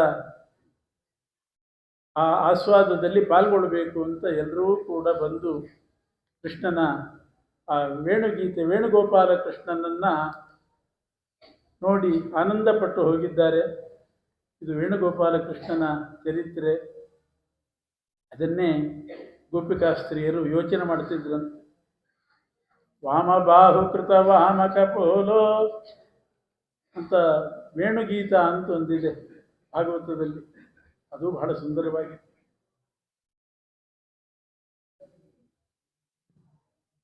ಈ ವೇಣುಗಾನ ಕೇಳಲಿಕ್ಕೆ ಗೋಪಿಕಾಸ್ತ್ರೀಯರು ಮಾತ್ರ ಅಲ್ಲ, ಬ್ರಹ್ಮಾದಿ ದೇವತೆಗಳು ಬರ್ತಿದ್ರಂತೆ. ಸುಮನಸಸ್ತದುಪಧಾರ್ಯ ಸುರೇಶ ಶಕ್ರ ಶರ್ವ ಪರಮೇಷ್ಠಿ ಪುರೋಗಾ ಕವಯ ಆನತ ಕಂಧರ ಗಾತ್ರ ವಿಸ್ಮಯಂ ಯಯುರನಿಶ್ಚಿತ ತತ್ವಾ. ವೇಣುಗಾನ ಮಾಡ್ತಾ ಇದ್ರೆ ಗೋಪಿಕಾಸ್ತ್ರೀಯರೆಲ್ಲ ಬರ್ತಿದ್ರು. ದನಕರುಗಳು ಬರ್ತಿದ್ವಂತೆ. ದಂತದಷ್ಟ ಕವಲಾಧೃತ ಕರ್ಣ ನಿದ್ರಿತ ಲಿಖಿತ ಚಿತ್ರಮಿವಾಸನ್ನ. ಹುಲ್ಲು ತಿಂತಾ ಇದ್ದಂಥ ದನಗಳು ಅರ್ಧಕ್ಕೆ ಬಾಯಲ್ಲಿ ಹುಲ್ಲು ಹಂಗೇ ಬಾಯಲ್ಲಿ ಹುಲ್ಲಿಟ್ಟುಕೊಂಡು ಬಂದು ವೇಣುಗಾನ ಮುಗಿಯೋ ತನಕ ನಿಂತು ಹೋಗ್ತಿದ್ವಂತೆ. ಚಿತ್ರ ಬಿಡಿಸಿದ್ರೆ ಹೇಗಿರಬೇಕು, ಬಾಯಲ್ಲಿ ಹುಲ್ಲಿಟ್ಟು ಒಂದು ಗೋವಿನ ಚಿತ್ರ ಬಿಡಿಸಿದ್ರೆ ಹಾಗಿರ್ತಿದ್ವಂತೆ ಗೋವು. ಬ್ರಹ್ಮಾದಿ ದೇವತೆಗಳು ಬರ್ತಿದ್ರು, ಸುಮನಸಃ ದೇವತೆಗಳು, ತದುಪಧಾರ್ಯ ಸುರೇಶ ದೊಡ್ಡ ದೊಡ್ಡ ದೇವತೆಗಳು, ಶಕ್ರ ಶರ್ವ ಪರಮೇಷ್ಠಿ ಪುರೋಗ. ಶಕ್ರ, ಇಂದ್ರ, ಶರ್ವ, ರುದ್ರ, ಪರಮೇಷ್ಠಿ ಬ್ರಹ್ಮದೇವರು ಮೊದಲಾದವರು ಬರ್ತಿದ್ರು. ಕವಯ ಎಲ್ಲ ಸಂಗೀತ ವಿದ್ವಾಂಸರೇ. ಅವರೆಲ್ಲ ಬಂದು ಕೃಷ್ಣ ವೇಣುಗಾನ ಮಾಡುವಾಗ ಆನತ ಕಂಧರ ಗಾತ್ರ. ಚತುರ್ಮುಖ ಬ್ರಹ್ಮದೇವರಂತೂ 4 ತಲೆ ಅಲ್ಲಾಡಿಸ್ತಿದ್ರು. 4 ತಲೆ ಅಲ್ಲಾಡಿಸಿ ಕೇಳಬೇಕು ಎಷ್ಟು ಚೆನ್ನಾಗಿದೆ ಈ ವೇಣುಗಾನ ಅಂತ. ಷಣ್ಮುಖ ಬಂದಿದ್ದಂತೆ, ನನಗೆ2 ಜಾಸ್ತಿ ಇದೆ ಅಂತ 6 ಮುಖ ಅಲ್ಲಾಡಿಸ್ತಿದ್ದಂತೆ ಅವನು, 6 ತಲೆ. ಪಂಚಮುಖಿ ರುದ್ರದೇವರು, ಇವರು ವಾಯುದೇವರು, ನನಗೆ 5 ತಲೆ ಇದೆ ಅಂತ 5 ತಲೆ ಅಲ್ಲಾಡಿಸ್ತಿದ್ರಂತೆ. ಒಂದೇ ತಲೆ ಇದ್ದವರು ಮೈಯೇ ತೂಗ್ತಿದ್ರಂತೆ. ತಲೆ ಜಾಸ್ತಿ ಇದ್ದವ್ರು ತಲೆ ತೂಗಿದ್ರು, ತಲೆ ಒಂದೇ ಇದ್ದವ್ರು ಮೈ ತೂಗಿದ್ರಂತೆ. ಕವಯ ಆನತ ಕಂಧರ ಗಾತ್ರ. ಕಂಧರ ಅಂದ್ರೆ ತಲೆ, ಗಾತ್ರ ಅಂದ್ರೆ ಮೈ. ತಲೆ ತೂಗಿ ಮೈ ತೂಗಿ ಕೇಳ್ತಾ ಇದ್ರಂತೆ. ಕವಯ ಆನತ ಕಂಧರ ಗಾತ್ರ ವಿಸ್ಮಯಂ ಯಯುರನಿಶ್ಚಿತ ತತ್ವಾ. ಯಾವ ರಾಗನೋ ಯಾವ ತಾಳನೋ ಅರ್ಥ ಆಗಲಿಲ್ಲ ಅವರು. ಅವ್ರ ಹೆಂಡಂದ್ರೆ ಕೇಳಿದ್ರಂತೆ, ಸಂಗೀತ ಅಂತ ಭಾರಿ ಜೋರಾಗಿ ಓಡಿ ಬಂದ್ರಿ, ಯಾವ ರಾಗ ಹಾಡಿದೆ ಹೇಳ್ರಿ ಅಂತ. ಅದೆಲ್ಲ ಕೇಳಬೇಡಿ. ಮತ್ತೇನು ಅರ್ಥ ಆಯ್ತು ನಿಮಗೆ? ಅಧರೇ ವಿನಿವೇಶ್ಯ ವಂಶನಾಲಂ.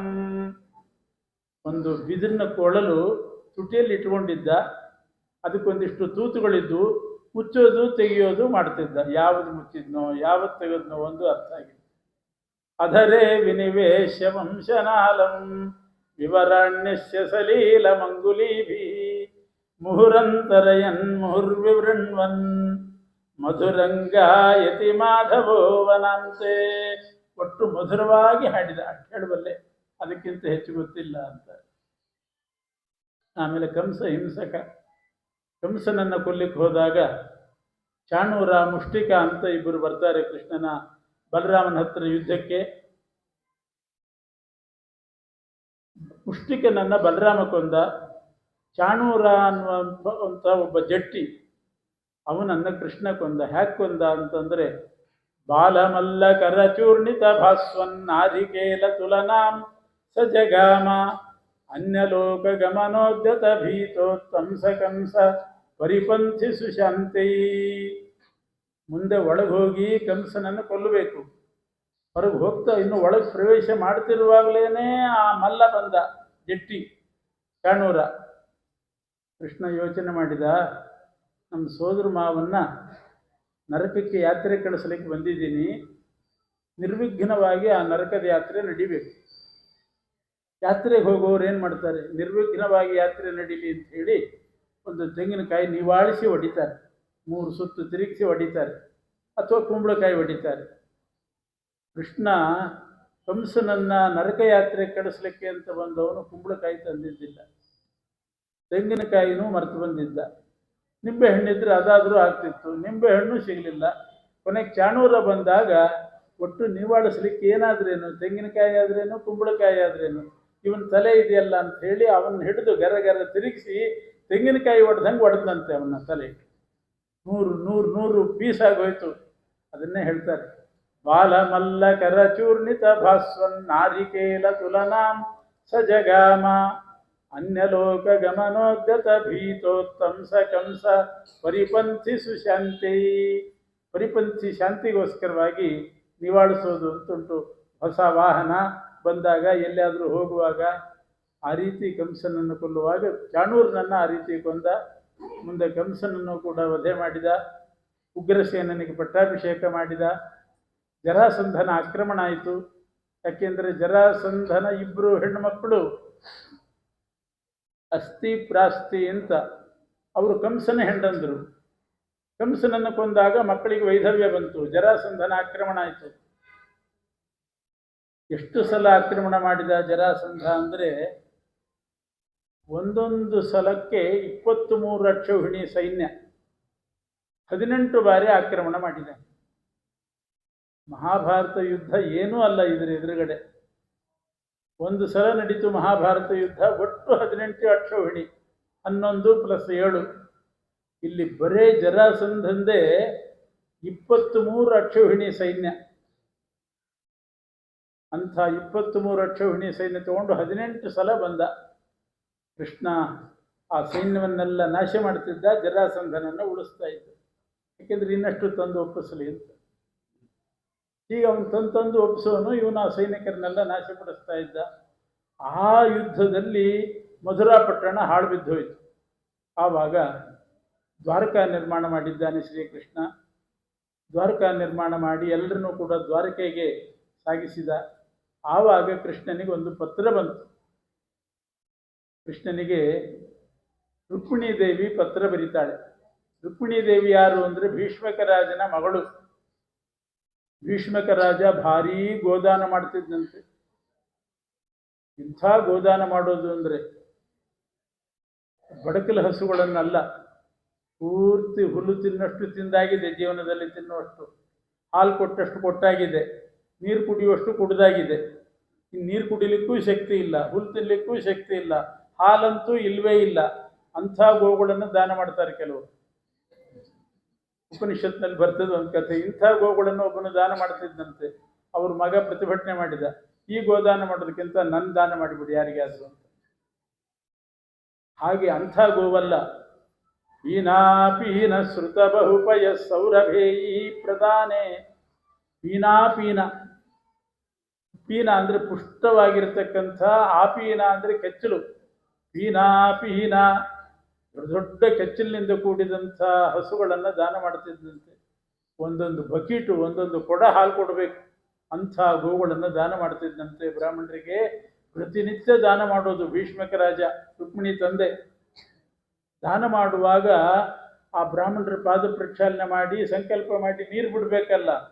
ಆ ನೀರು ಹರಿದು ಹೋಗಿ ಕೆರೆ ಆಗಿತ್ತಂತೆ ವಿದರ್ಭ ದೇಶದಲ್ಲಿ. ಬೇಕಾದಷ್ಟು ಕೆರೆಗಳು.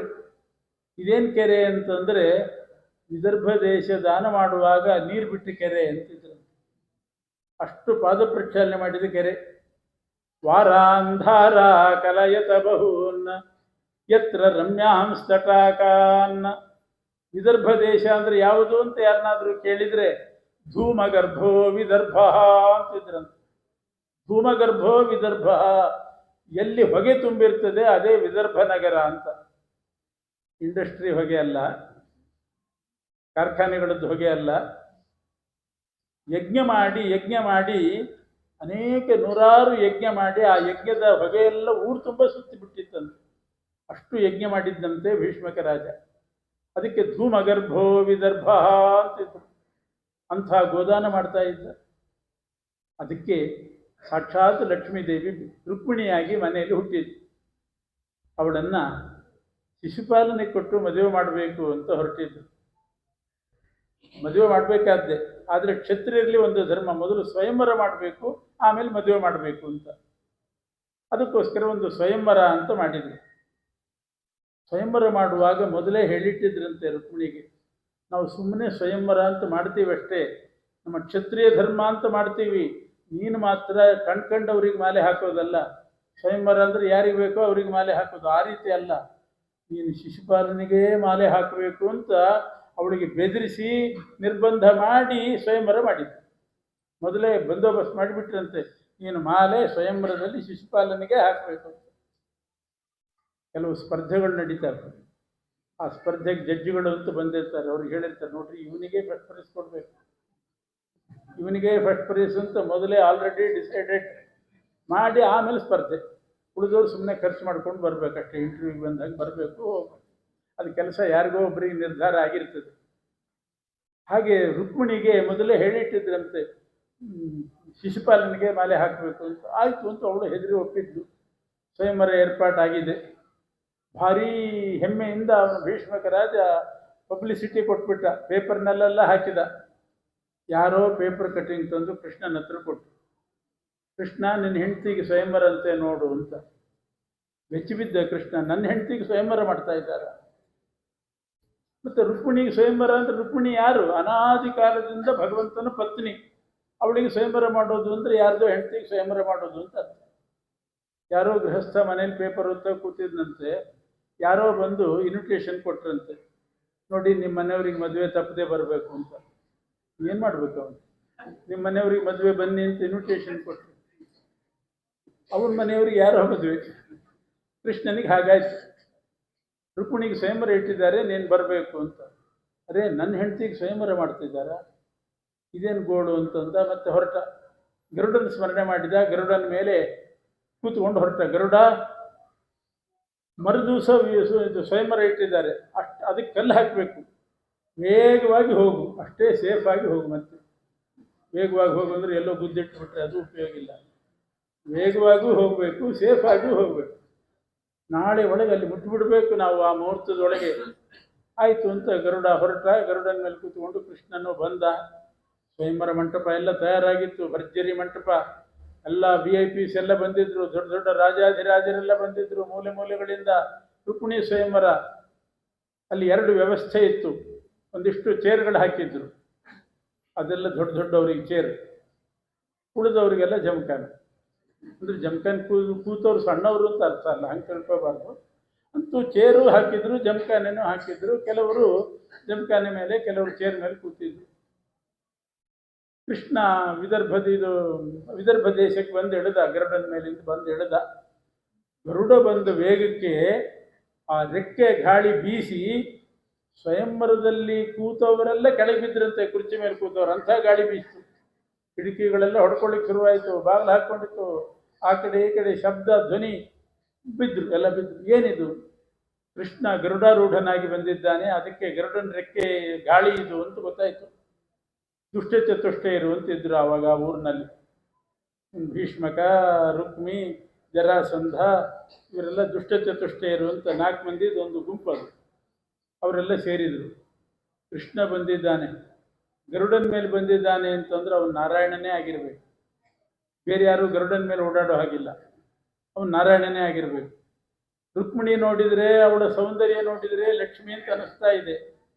ಕೃಷ್ಣ ಏನಾದರೂ ಬಂದರೆ ಮಾಲೆ ಅಲ್ಲೇ ಬೀಳ್ತದೆ. ಶಿಶುಪಾಲನಿಗೆ ಹಾಕೋದೇ ಇಲ್ಲ ರುಕ್ಮಿಣಿ, ಧೈರ್ಯ ಬಂದ್ಬಿಡ್ತದೆ ಅವಳಿಗೆ. ಏನು ಮಾಡೋದು? ಯಾರೋ ಸಲಹೆ ಕೊಟ್ಟರು, ಹಾಗಾದರೆ ಕೃಷ್ಣ ಸ್ವಯಂವರ ಮಂಟಪಕ್ಕೆ ಬರುವಾಗ ದಾರಿಯಲ್ಲಿ ಅವನಿಗೆ ಎದುರಿಗೆ ಹೋಗಿ ಡಿಕ್ಕಿ ಹೊಡೆದು ಜಗಳ ತೆಗೆದು ಏನಾದರೂ ಮಾಡಿ ಎಲ್ಲರೂ ಸೇರಿ ಅವನು ಕುತ್ತಿಗೆ ಕೈ ಹಾಕಿ ಹೊರಗೆ ದಬ್ಬಿ ಬಿಡೋದು, ಆಮೇಲೆ ಸ್ವಯಂವರ ಮಾಡೋದು ಅಂತ. ಒಳ್ಳೆ ಸಲಹೆ. ಸುಮ್ಮನೆ ಬರ್ತಾ ಇರುವಾಗ ಹೋಗೋದು, ಡಿಕ್ಕಿ ಹೊಡೆಯೋದು, ಯಾಕಂತ ಜಗಳ ತೆಗೆಯೋದು, ಹೊರಗೆ ಹಾಕೋದು. ಜರಾಸಂಧ ಹೇಳಿದ, ಅವೆಲ್ಲ ಮಾಡ್ಲಿಕ್ಕೆ ಹೋಗಬೇಡ್ರಿ ಇಂದ. ನಾನೇ 18 ಸಲ ಹೋಗಿ ಸೊಂಟ ಮುರಿಸ್ಕೊಂಡು ಬಂದಿದ್ದೀನಿ ಅಂತಂದು. 18 ಸಲ ಹೋಗಿ ಫ್ರ್ಯಾಕ್ಚರ್ ಆಗಿದೆ ಕೈಕಾಲು, ಬದುಕಿದ ವಿಶೇಷ. ಫಿಸಿಕಲ್ ಆಗಿ ನೀವೇನು ಮಾಡ್ಲಿಕ್ಕೆ ಹೋಗಬೇಡಿ ಕೃಷ್ಣನಿಗೆ, ನಿಮ್ಮ ಕಾಲು ಮುರಿದು ಕೈಯಲ್ಲಿ ಕೊಡ್ತಾನೆ ನೋಡ್ರಿ ಅಂತಂದು. ಮತ್ತೇನು ಮಾಡೋದು? ಅವನು ಬಂದರೆ ರುಕ್ಮಿಣಿ ಕೃಷ್ಣನಿಗೆ ಮಾಲೆ ಹಾಕ್ತಾಳಲ್ಲ. ಹಂಗಾರೆ ಒಂದು ಕೆಲಸ ಮಾಡೋಣ, ಕೃಷ್ಣ ಬಂದರೆ ಅವನು ಸಾಧಾರಣ ಜಮಖಾನದ ಮೇಲೆ ಕೂಡಲ್ಲ, ಅವನಿಗೆ ಚೇರ್ ಬೇಕು. ಎಲ್ಲ ಚೇರ್ ಭರ್ತಿ ಮಾಡಿಬಿಡೋಣ. ಖಾಲಿ ಇದ್ದು, ಬೇಕಾದಷ್ಟು ಚೇರ್ಗಳು ಖಾಲಿ ಇದ್ದು, ಕೆಳಗಡೆ ಕೂತವ್ರನ್ನೆಲ್ಲ ಎಬ್ಬಿಸಿ ಕೂಡಿಸ್ಬಿಡೋಣ ಅಂತ ತೀರ್ಮಾನ ಮಾಡಿ, ಕೆಳಗೆ ಕೂತವ್ರನ್ನೆಲ್ಲ ಬನ್ನಿ ಬನ್ನಿ ಕುರ್ಚಿ ಮೇಲೆ ಕೂಡ್ರಿ ಅಂತ ಕೂಡಿಸ್ತಾ ಇದ್ದಾರೆ. ಇವ್ರಿಗೆ ಯಾಕೆ ಅಂತ ಗೊತ್ತಿಲ್ಲ, ಅಂತೂ ನಾವು ದೊಡ್ಡವರಾದ್ವಿ ಅಂತ ಇವ್ರು ತಿಳ್ಕೊಂಡಿದ್ದಾರೆ. ಕೆಳಗೆ ಕೂತವ್ರನ್ನೆಲ್ಲ ಬರ್ರಿ ಬರ್ರಿ ಅಂತ ಅನ್ನೋದು ಕುರ್ಚಿ ಮೇಲೆ ಕೂಡಿಸೋದು. ಯಾಕೆಂದ್ರೆ ಅವ್ರಿಗೆ ಕುರ್ಚಿ ಭರ್ತಿ ಆಗಬೇಕಾಗಿದೆ ಅಷ್ಟೇ, ಇವ್ರಿಗೆ ಮರ್ಯಾದೆ ಕೊಡಬೇಕು ಅಂತಲ್ಲ. ಅಂತೂ ಕುರ್ಚಿ ಭರ್ತಿ ಮಾಡಿಬಿಟ್ರು. ಆದರೂ ಕೆಲವು ಖಾಲಿ ಇತ್ತು, ಕೆಲವರು ಹಠ ಹಿಡಿದ್ರು, ಇಲ್ಲ ನಾವು ಕೆಳಗೆ ಕೊಡ್ತೀವಿ, ರುಕ್ಮಿಣಿ ಸ್ವಯಂವರ ಕೆಳಗೆ ಕೊಡ್ತೀವಿ ಅಂತ.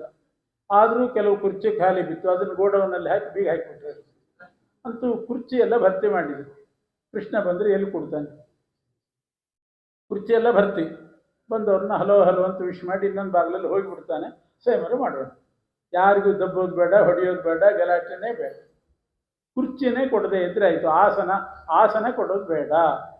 ನಚಾಶ್ಯತಿ ಕ್ಷಿತವು, ನೆಲದ ಮೇಲೆ ಕೂಡಲ್ಲ, ಆಸನ ಬೇಕು, ಆಸನ ಭರ್ತಿ ಮಾಡಿಬಿಡೋಣ ಅಂತ ತೀರ್ಮಾನ ಮಾಡಿದ್ರು.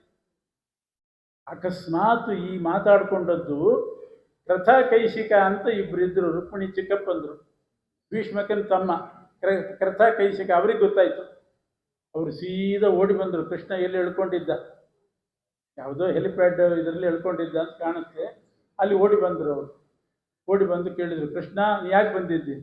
ಸ್ವಯಂವರಕ್ಕೆ ಬಂದಿದ್ದೀನಿ, ದಯಮಾಡಿ ನೀನು ಸ್ವಯಂವರ ಮಂಟಪಕ್ಕೆ ಬರಬೇಡ ಅಂದರು. ಅರೇ ನಾ ಬಂದದ್ದೇ ಅದಕ್ಕೆ ಅಂತ ಅವನು. ಬರಬೇಡ, ಅಲ್ಲಿ ನಿಂಗೆ ಅವಮಾನ ಮಾಡ್ತಾರೆ, ಒಂದು ಕುರ್ಚಿನೂ ಖಾಲಿ ಇಲ್ಲ, ಮತ್ತೇನು ಮಾಡೋದು? ಹಾಗಾದ್ರೆ ಒಂದು ಕೆಲಸ ಮಾಡು, ನಿಂಗೆ ಸ್ವಯಂವರಕ್ಕೆ ಬರಬೇಕು ಅಂತ ಆದರೆ ಮೊದಲು ನಮ್ಮ ಮನೆಗೆ ಬಾ, ಅಲ್ಲಿ ಒಂದು ಕುರ್ಚಿ ಹಾಕಿಟ್ಟಿರ್ತೀನಿ. ನಾನೊಂದು ಕುರ್ಚಿ ನಮ್ಮ ಮನೆಯಿಂದ ತೊಗೊಂಡೋಗಿ ಅಲ್ಲಿ ಹಾಕಿ ಆ ಕುರ್ಚಿ ಮೇಲೆ ನಾ ಕೂತಿರ್ತೀನಿ, ನಿಂಗೆ ಫೋನ್ ಮಾಡ್ತೀನಿ, ನೀ ಬಾ, ನಾ ಹೇಳ್ತೀನಿ, ನೀ ಕೂಡು. ಇದು ಒಳ್ಳೆ ಉಪಾಯ. ನಮ್ಮನೆ ಕುರ್ಚಿ ತೊಗೊಂಡೋಗಿ ನಾ ಕೂತಿರ್ತೀನಿ, ನೀ ಬಂದಮೇಲೆ ನಾನು ಹೇಳ್ತೀನಿ, ನಿಂಗಂತೂ ಕುರ್ಚಿ ಸಿಗ್ತದೆ ಅಂತ. ಹಾಗೆ ಆಗಲಿ ಅಂತ ಕೃಷ್ಣ ಕರ್ತಕೈಶಿಕರ ಮನೆಗೆ ಹೋದ. ಕರ್ತಕೈಶಿಕರ ಮನೆಗೆ ಹೋದರೆ ಸ್ವರ್ಗಲೋಕದಿಂದ ರತ್ನಖಚಿತ ಸಿಂಹಾಸನ ಇಳಿತು. ರತ್ನಖಚಿತವಾದ ಸಿಂಹಾಸನ, ಭವ್ಯವಾದ ಸಿಂಹಾಸನ, ಅದರಲ್ಲಿ ಕೂತ ಕೃಷ್ಣ. ಬಹಳ ಒಳ್ಳೆಯದಾಯಿತು ಇಲ್ಲಿ ಬಂದದ್ದು ಅಂತ. ಯಾಕೆ ಸ್ವಯಂವರ ಮಂಟಪಕ್ಕೆ ನಾನು ನೇರ ಹೋಗಿದ್ದರೆ ಪ್ಲಾಸ್ಟಿಕ್ ಕುರ್ಚಿಯಲ್ಲಿ ಕೂಡಬೇಕಾಗಿದೆ. ಅದು ಕೈ ಇರೋದಿಲ್ಲ ನೋಡ್ರಿ, ಅಂಥ ಕುರ್ಚಿ ಕೈ ಇರೋದಿಲ್ಲ. ಕೆಲವು ಕುರ್ಚಿಗೆ ಕಾಲು ಇರ್ತದೆ, ಆದ್ರೆ ಗಟ್ಟಿ ಇರಲ್ಲ. ಒಂದು ಕಾಲು ಈ ಕಡೆ ಹೋಗ್ತದೆ, ಒಂದು ಕಾಲು ಈ ಕಡೆ ಹೋಗ್ತದೆ. ಅಂಥ ಕುರ್ಚಿಯಲ್ಲಿ ಕೂತು ಬಿದ್ದು ಅವಮಾನ ಮಾಡಿಸ್ಕೊಂಡು ಯಾಕೆ ಒಳ್ಳೇದಾಯ್ತು ಅಂತ ಅಂದ ಕುರ್ಚಿ ಮೇಲೆ ಕೂತ. ಇನ್ನೊಬ್ಬ ಸ್ವರ್ಗಲೋಕದಿಂದ ಮತ್ತೊಬ್ಬ ಇಂದ್ರದೂತ ಸ್ವಯಂವರ ಮಂಟಪಕ್ಕೆ ಹಿಡಿದು ಮೈಕ್ ತಗೊಂಡು ಅವನು ಅನೌನ್ಸ್ ಮಾಡಿದ, ನಾ ಇಂದ್ರನ ಕಡೆಯಿಂದ ಬಂದಿದ್ದೀನಿ, ಇದೇ ಸ್ವಯಂವರಕ್ಕೆ ಕೃಷ್ಣ ಪರಮಾತ್ಮ ಬಂದಿದ್ದಾನೆ, ಕರ್ತಕೈಶಿಕರ ಮನೆಯಲ್ಲಿ ಎಳ್ಕೊಂಡಿದ್ದಾನೆ.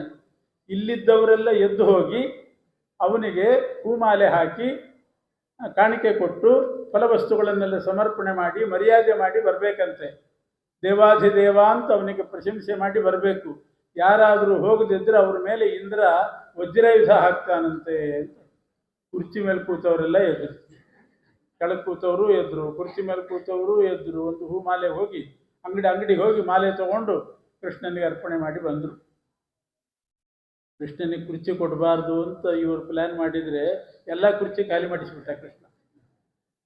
ಎಲ್ಲರೂ ಅಲ್ಲೇ ಹೋಗಿ ಸನ್ಮಾನ ಮಾಡಿ ಬಂದರು. ಭೀಷ್ಮಕ ರಾಜ ಒಬ್ಬ ಮಂಟಪ ಕಾಯ್ಕೊಂಡು ಕೂತಿದ್ದ.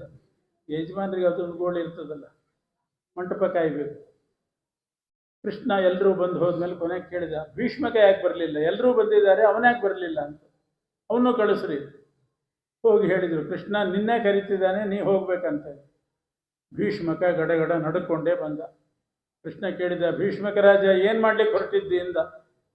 ನನ್ನ ಮಗಳಿಗೆ ಸ್ವಯಂವರ ಮಾಡ್ತಿದ್ದೀನಿ ಪ್ರಭು ಅಂತ. ನಿನ್ನ ಮಗಳಿಗೆ ಸ್ವಯಂವರ ಮಾಡ್ತಾ ಇಲ್ಲ, ನನ್ನ ಹೆಂಡತಿಗೆ ಸ್ವಯಂವರ ಮಾಡ್ತಾ ಇದ್ದಿ ಅಂತ.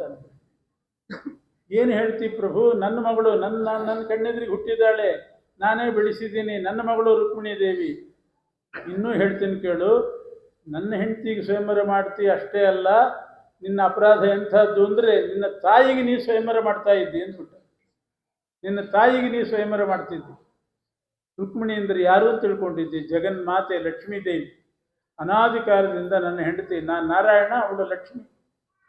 ಅವಳನ್ನು ನೀನು ಜಗನ್ಮಾತೆಯಾದ ಲಕ್ಷ್ಮೀದೇವಿಯನ್ನು ಯಾರಿಗೆ ಬೇಕಾದ್ರೆ ಮಾಲೆ ಹಾಕಲಿ, ಯಾರು ಬೇಕಾದ್ರೆ ಮದುವೆ ಮಾಡಿಕೊಳ್ಳಿ ಅಂತ ಸ್ವಯಂವರ ಮಾಡೋದ? ಮೊದಲು ಅದನ್ನು ರದ್ದು ಮಾಡು ಅಂತ. ಇವನಿಗೆ ನಂಬಿಕೆನೇ ಬರ್ತಾ ಇಲ್ಲ. ಅಯ್ಯೋ, ಹೇಗೆ ನಂಬೋದು ನಾನು ಅಂತ ಇವನು. ನಿನಗೆ ಈ ಮಾಂಸದ ಕಣ್ಣಿಗೆ ಕಾಣಿಸೋದಿಲ್ಲ, ದಿವ್ಯ ದೃಷ್ಟಿ ಕೊಡ್ತೇನೆ ಅಂತ ಕೃಷ್ಣ ಭೀಷ್ಮಕ ರಾಜನಿಗೆ ದಿವ್ಯಂ ದದಾಮಿತೆ ಚಕ್ಷು ಅಂತ ದಿವ್ಯ ದೃಷ್ಟಿ ಕೊಟ್ಟ. ಈಗ ನೋಡಿ ನಿನ್ನ ಮಗಳನ್ನ ಅಂತಾನೆ. ದಿವ್ಯ ದೃಷ್ಟಿ ಪಡೆದು ಭೀಷ್ಮಕ ರಾಜ ರುಕ್ಮಿಣಿಯನ್ನು ನೋಡ್ತಿದ್ದಾನೆ. ರುಕ್ಮಿಣಿ ಸಾಕ್ಷಾತ್ ಲಕ್ಷ್ಮೀದೇವಿಯಾಗಿ ಕಾಣಿಸ್ತಾ ಇದ್ದಾಳೆ. ಕೌಶೇಯ ಪೀತವಸನಾಮರವಿಂದ ನೇತ್ರ ಪದ್ಮದ್ವಯಾಭಯವರೋದ್ಯತ ಪದ್ಮಹಸ್ತ ಉದ್ಯಚ್ಛತಾರ್ಕ ಸದೃಶೀಂ ಪರಮಾಂಕ ಸಂಸ್ಥಾಂ ಧ್ಯಾಯೇದ್ವಿಧೀಶನುತಪಾದಯುಗಾಂ ಜನಿತ್ರೀಂ ಜಗಜ್ಜನಿತ್ರಿಯಾಗಿ ಜಗನ್ಮಾತೆಯಾಗಿ ಕಾಣಿಸಿದ್ದು.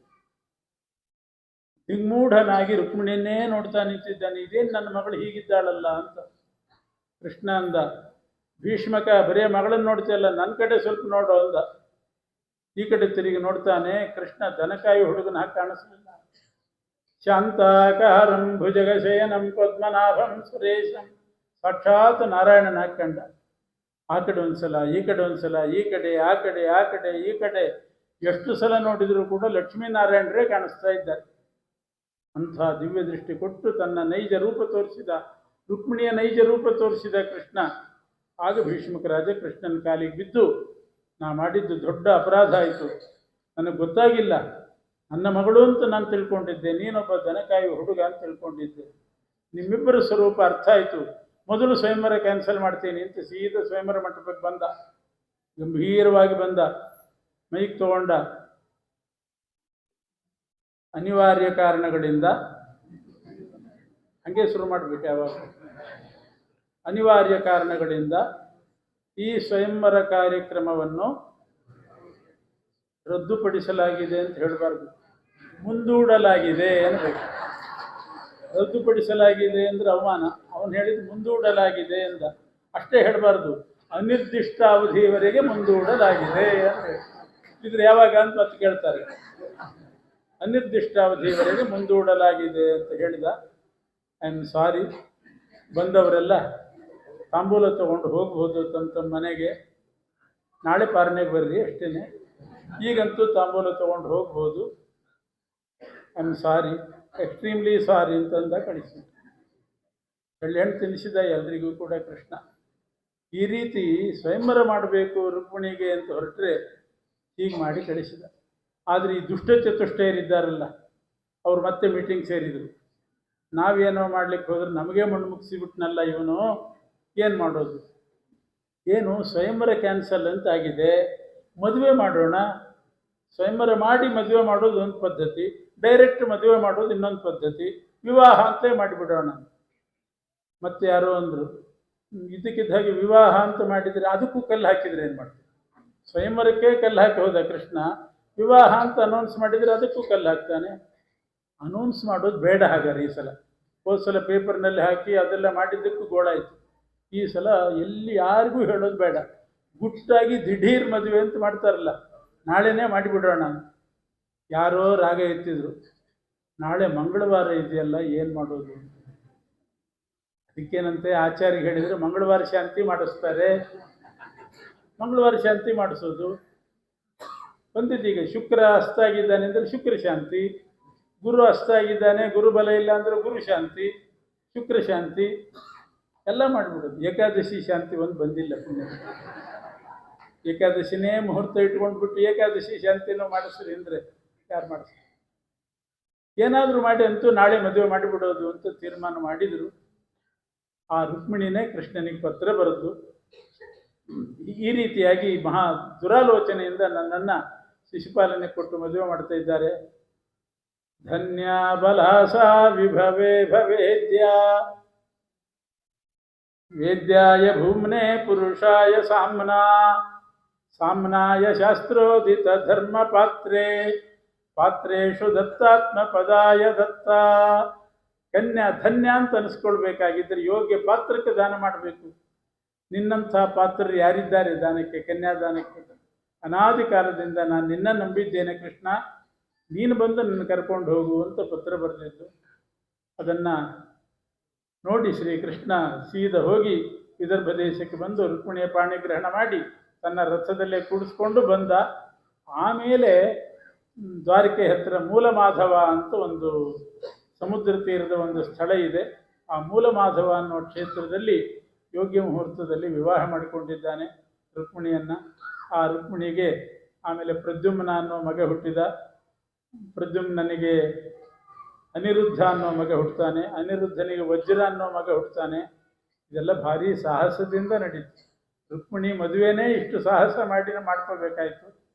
ಪ್ರದ್ಯುಮ್ನ ಹುಟ್ಟಿದ್ದು ಅಷ್ಟೇ ಸಾಹಸ, ಅನಿರುದ್ಧ ಹುಟ್ಟಿದ್ದು ಅದೇ ಸಾಹಸ. ಅದನ್ನೆಲ್ಲ ಕೃಷ್ಣನ ಈ ಲೀಲೆಗಳನ್ನು ವಿಶೇಷವಾಗಿ ವ್ಯಾಸರು ವರ್ಣನೆ ಮಾಡಿದ್ದಾರೆ. ಯಥಾಮತಿ ಯಥಾಶಕ್ತಿ ಅನುವಾದ ಮಾಡಿದ್ದೇನೆ. ಈ ಕಾರ್ಯಕ್ರಮ ಆಯೋಜಿಸಿದಂಥ ಎಲ್ಲ ಕಾರ್ಯಕರ್ತರಿಗೂ, ಇದರಲ್ಲಿ ಪಾಲ್ಗೊಂಡಿರ್ತಕ್ಕಂಥ ಎಲ್ಲರಿಗೂ ಕೂಡ ಕಥಾನಾಯಕನಾಗಿರ್ತಕ್ಕಂಥ ಭಾಗವತ ಪ್ರತಿಪಾದ್ಯನಾದ ವಾಸುದೇವಾಭಿನ್ನ ಶ್ರೀ ಕೃಷ್ಣ ಪರಮಾತ್ಮ ಅಶೇಷ ಮಂಗಳ ಉಂಟು ಮಾಡಲಿ ಅಂತ ಪ್ರಾರ್ಥನೆ ಮಾಡಿ ಹರಯೇ ನಮಃ. ಹರಯೇ ಮುಕ್ತಾಯ ಮಾಡ್ತಾರೆ.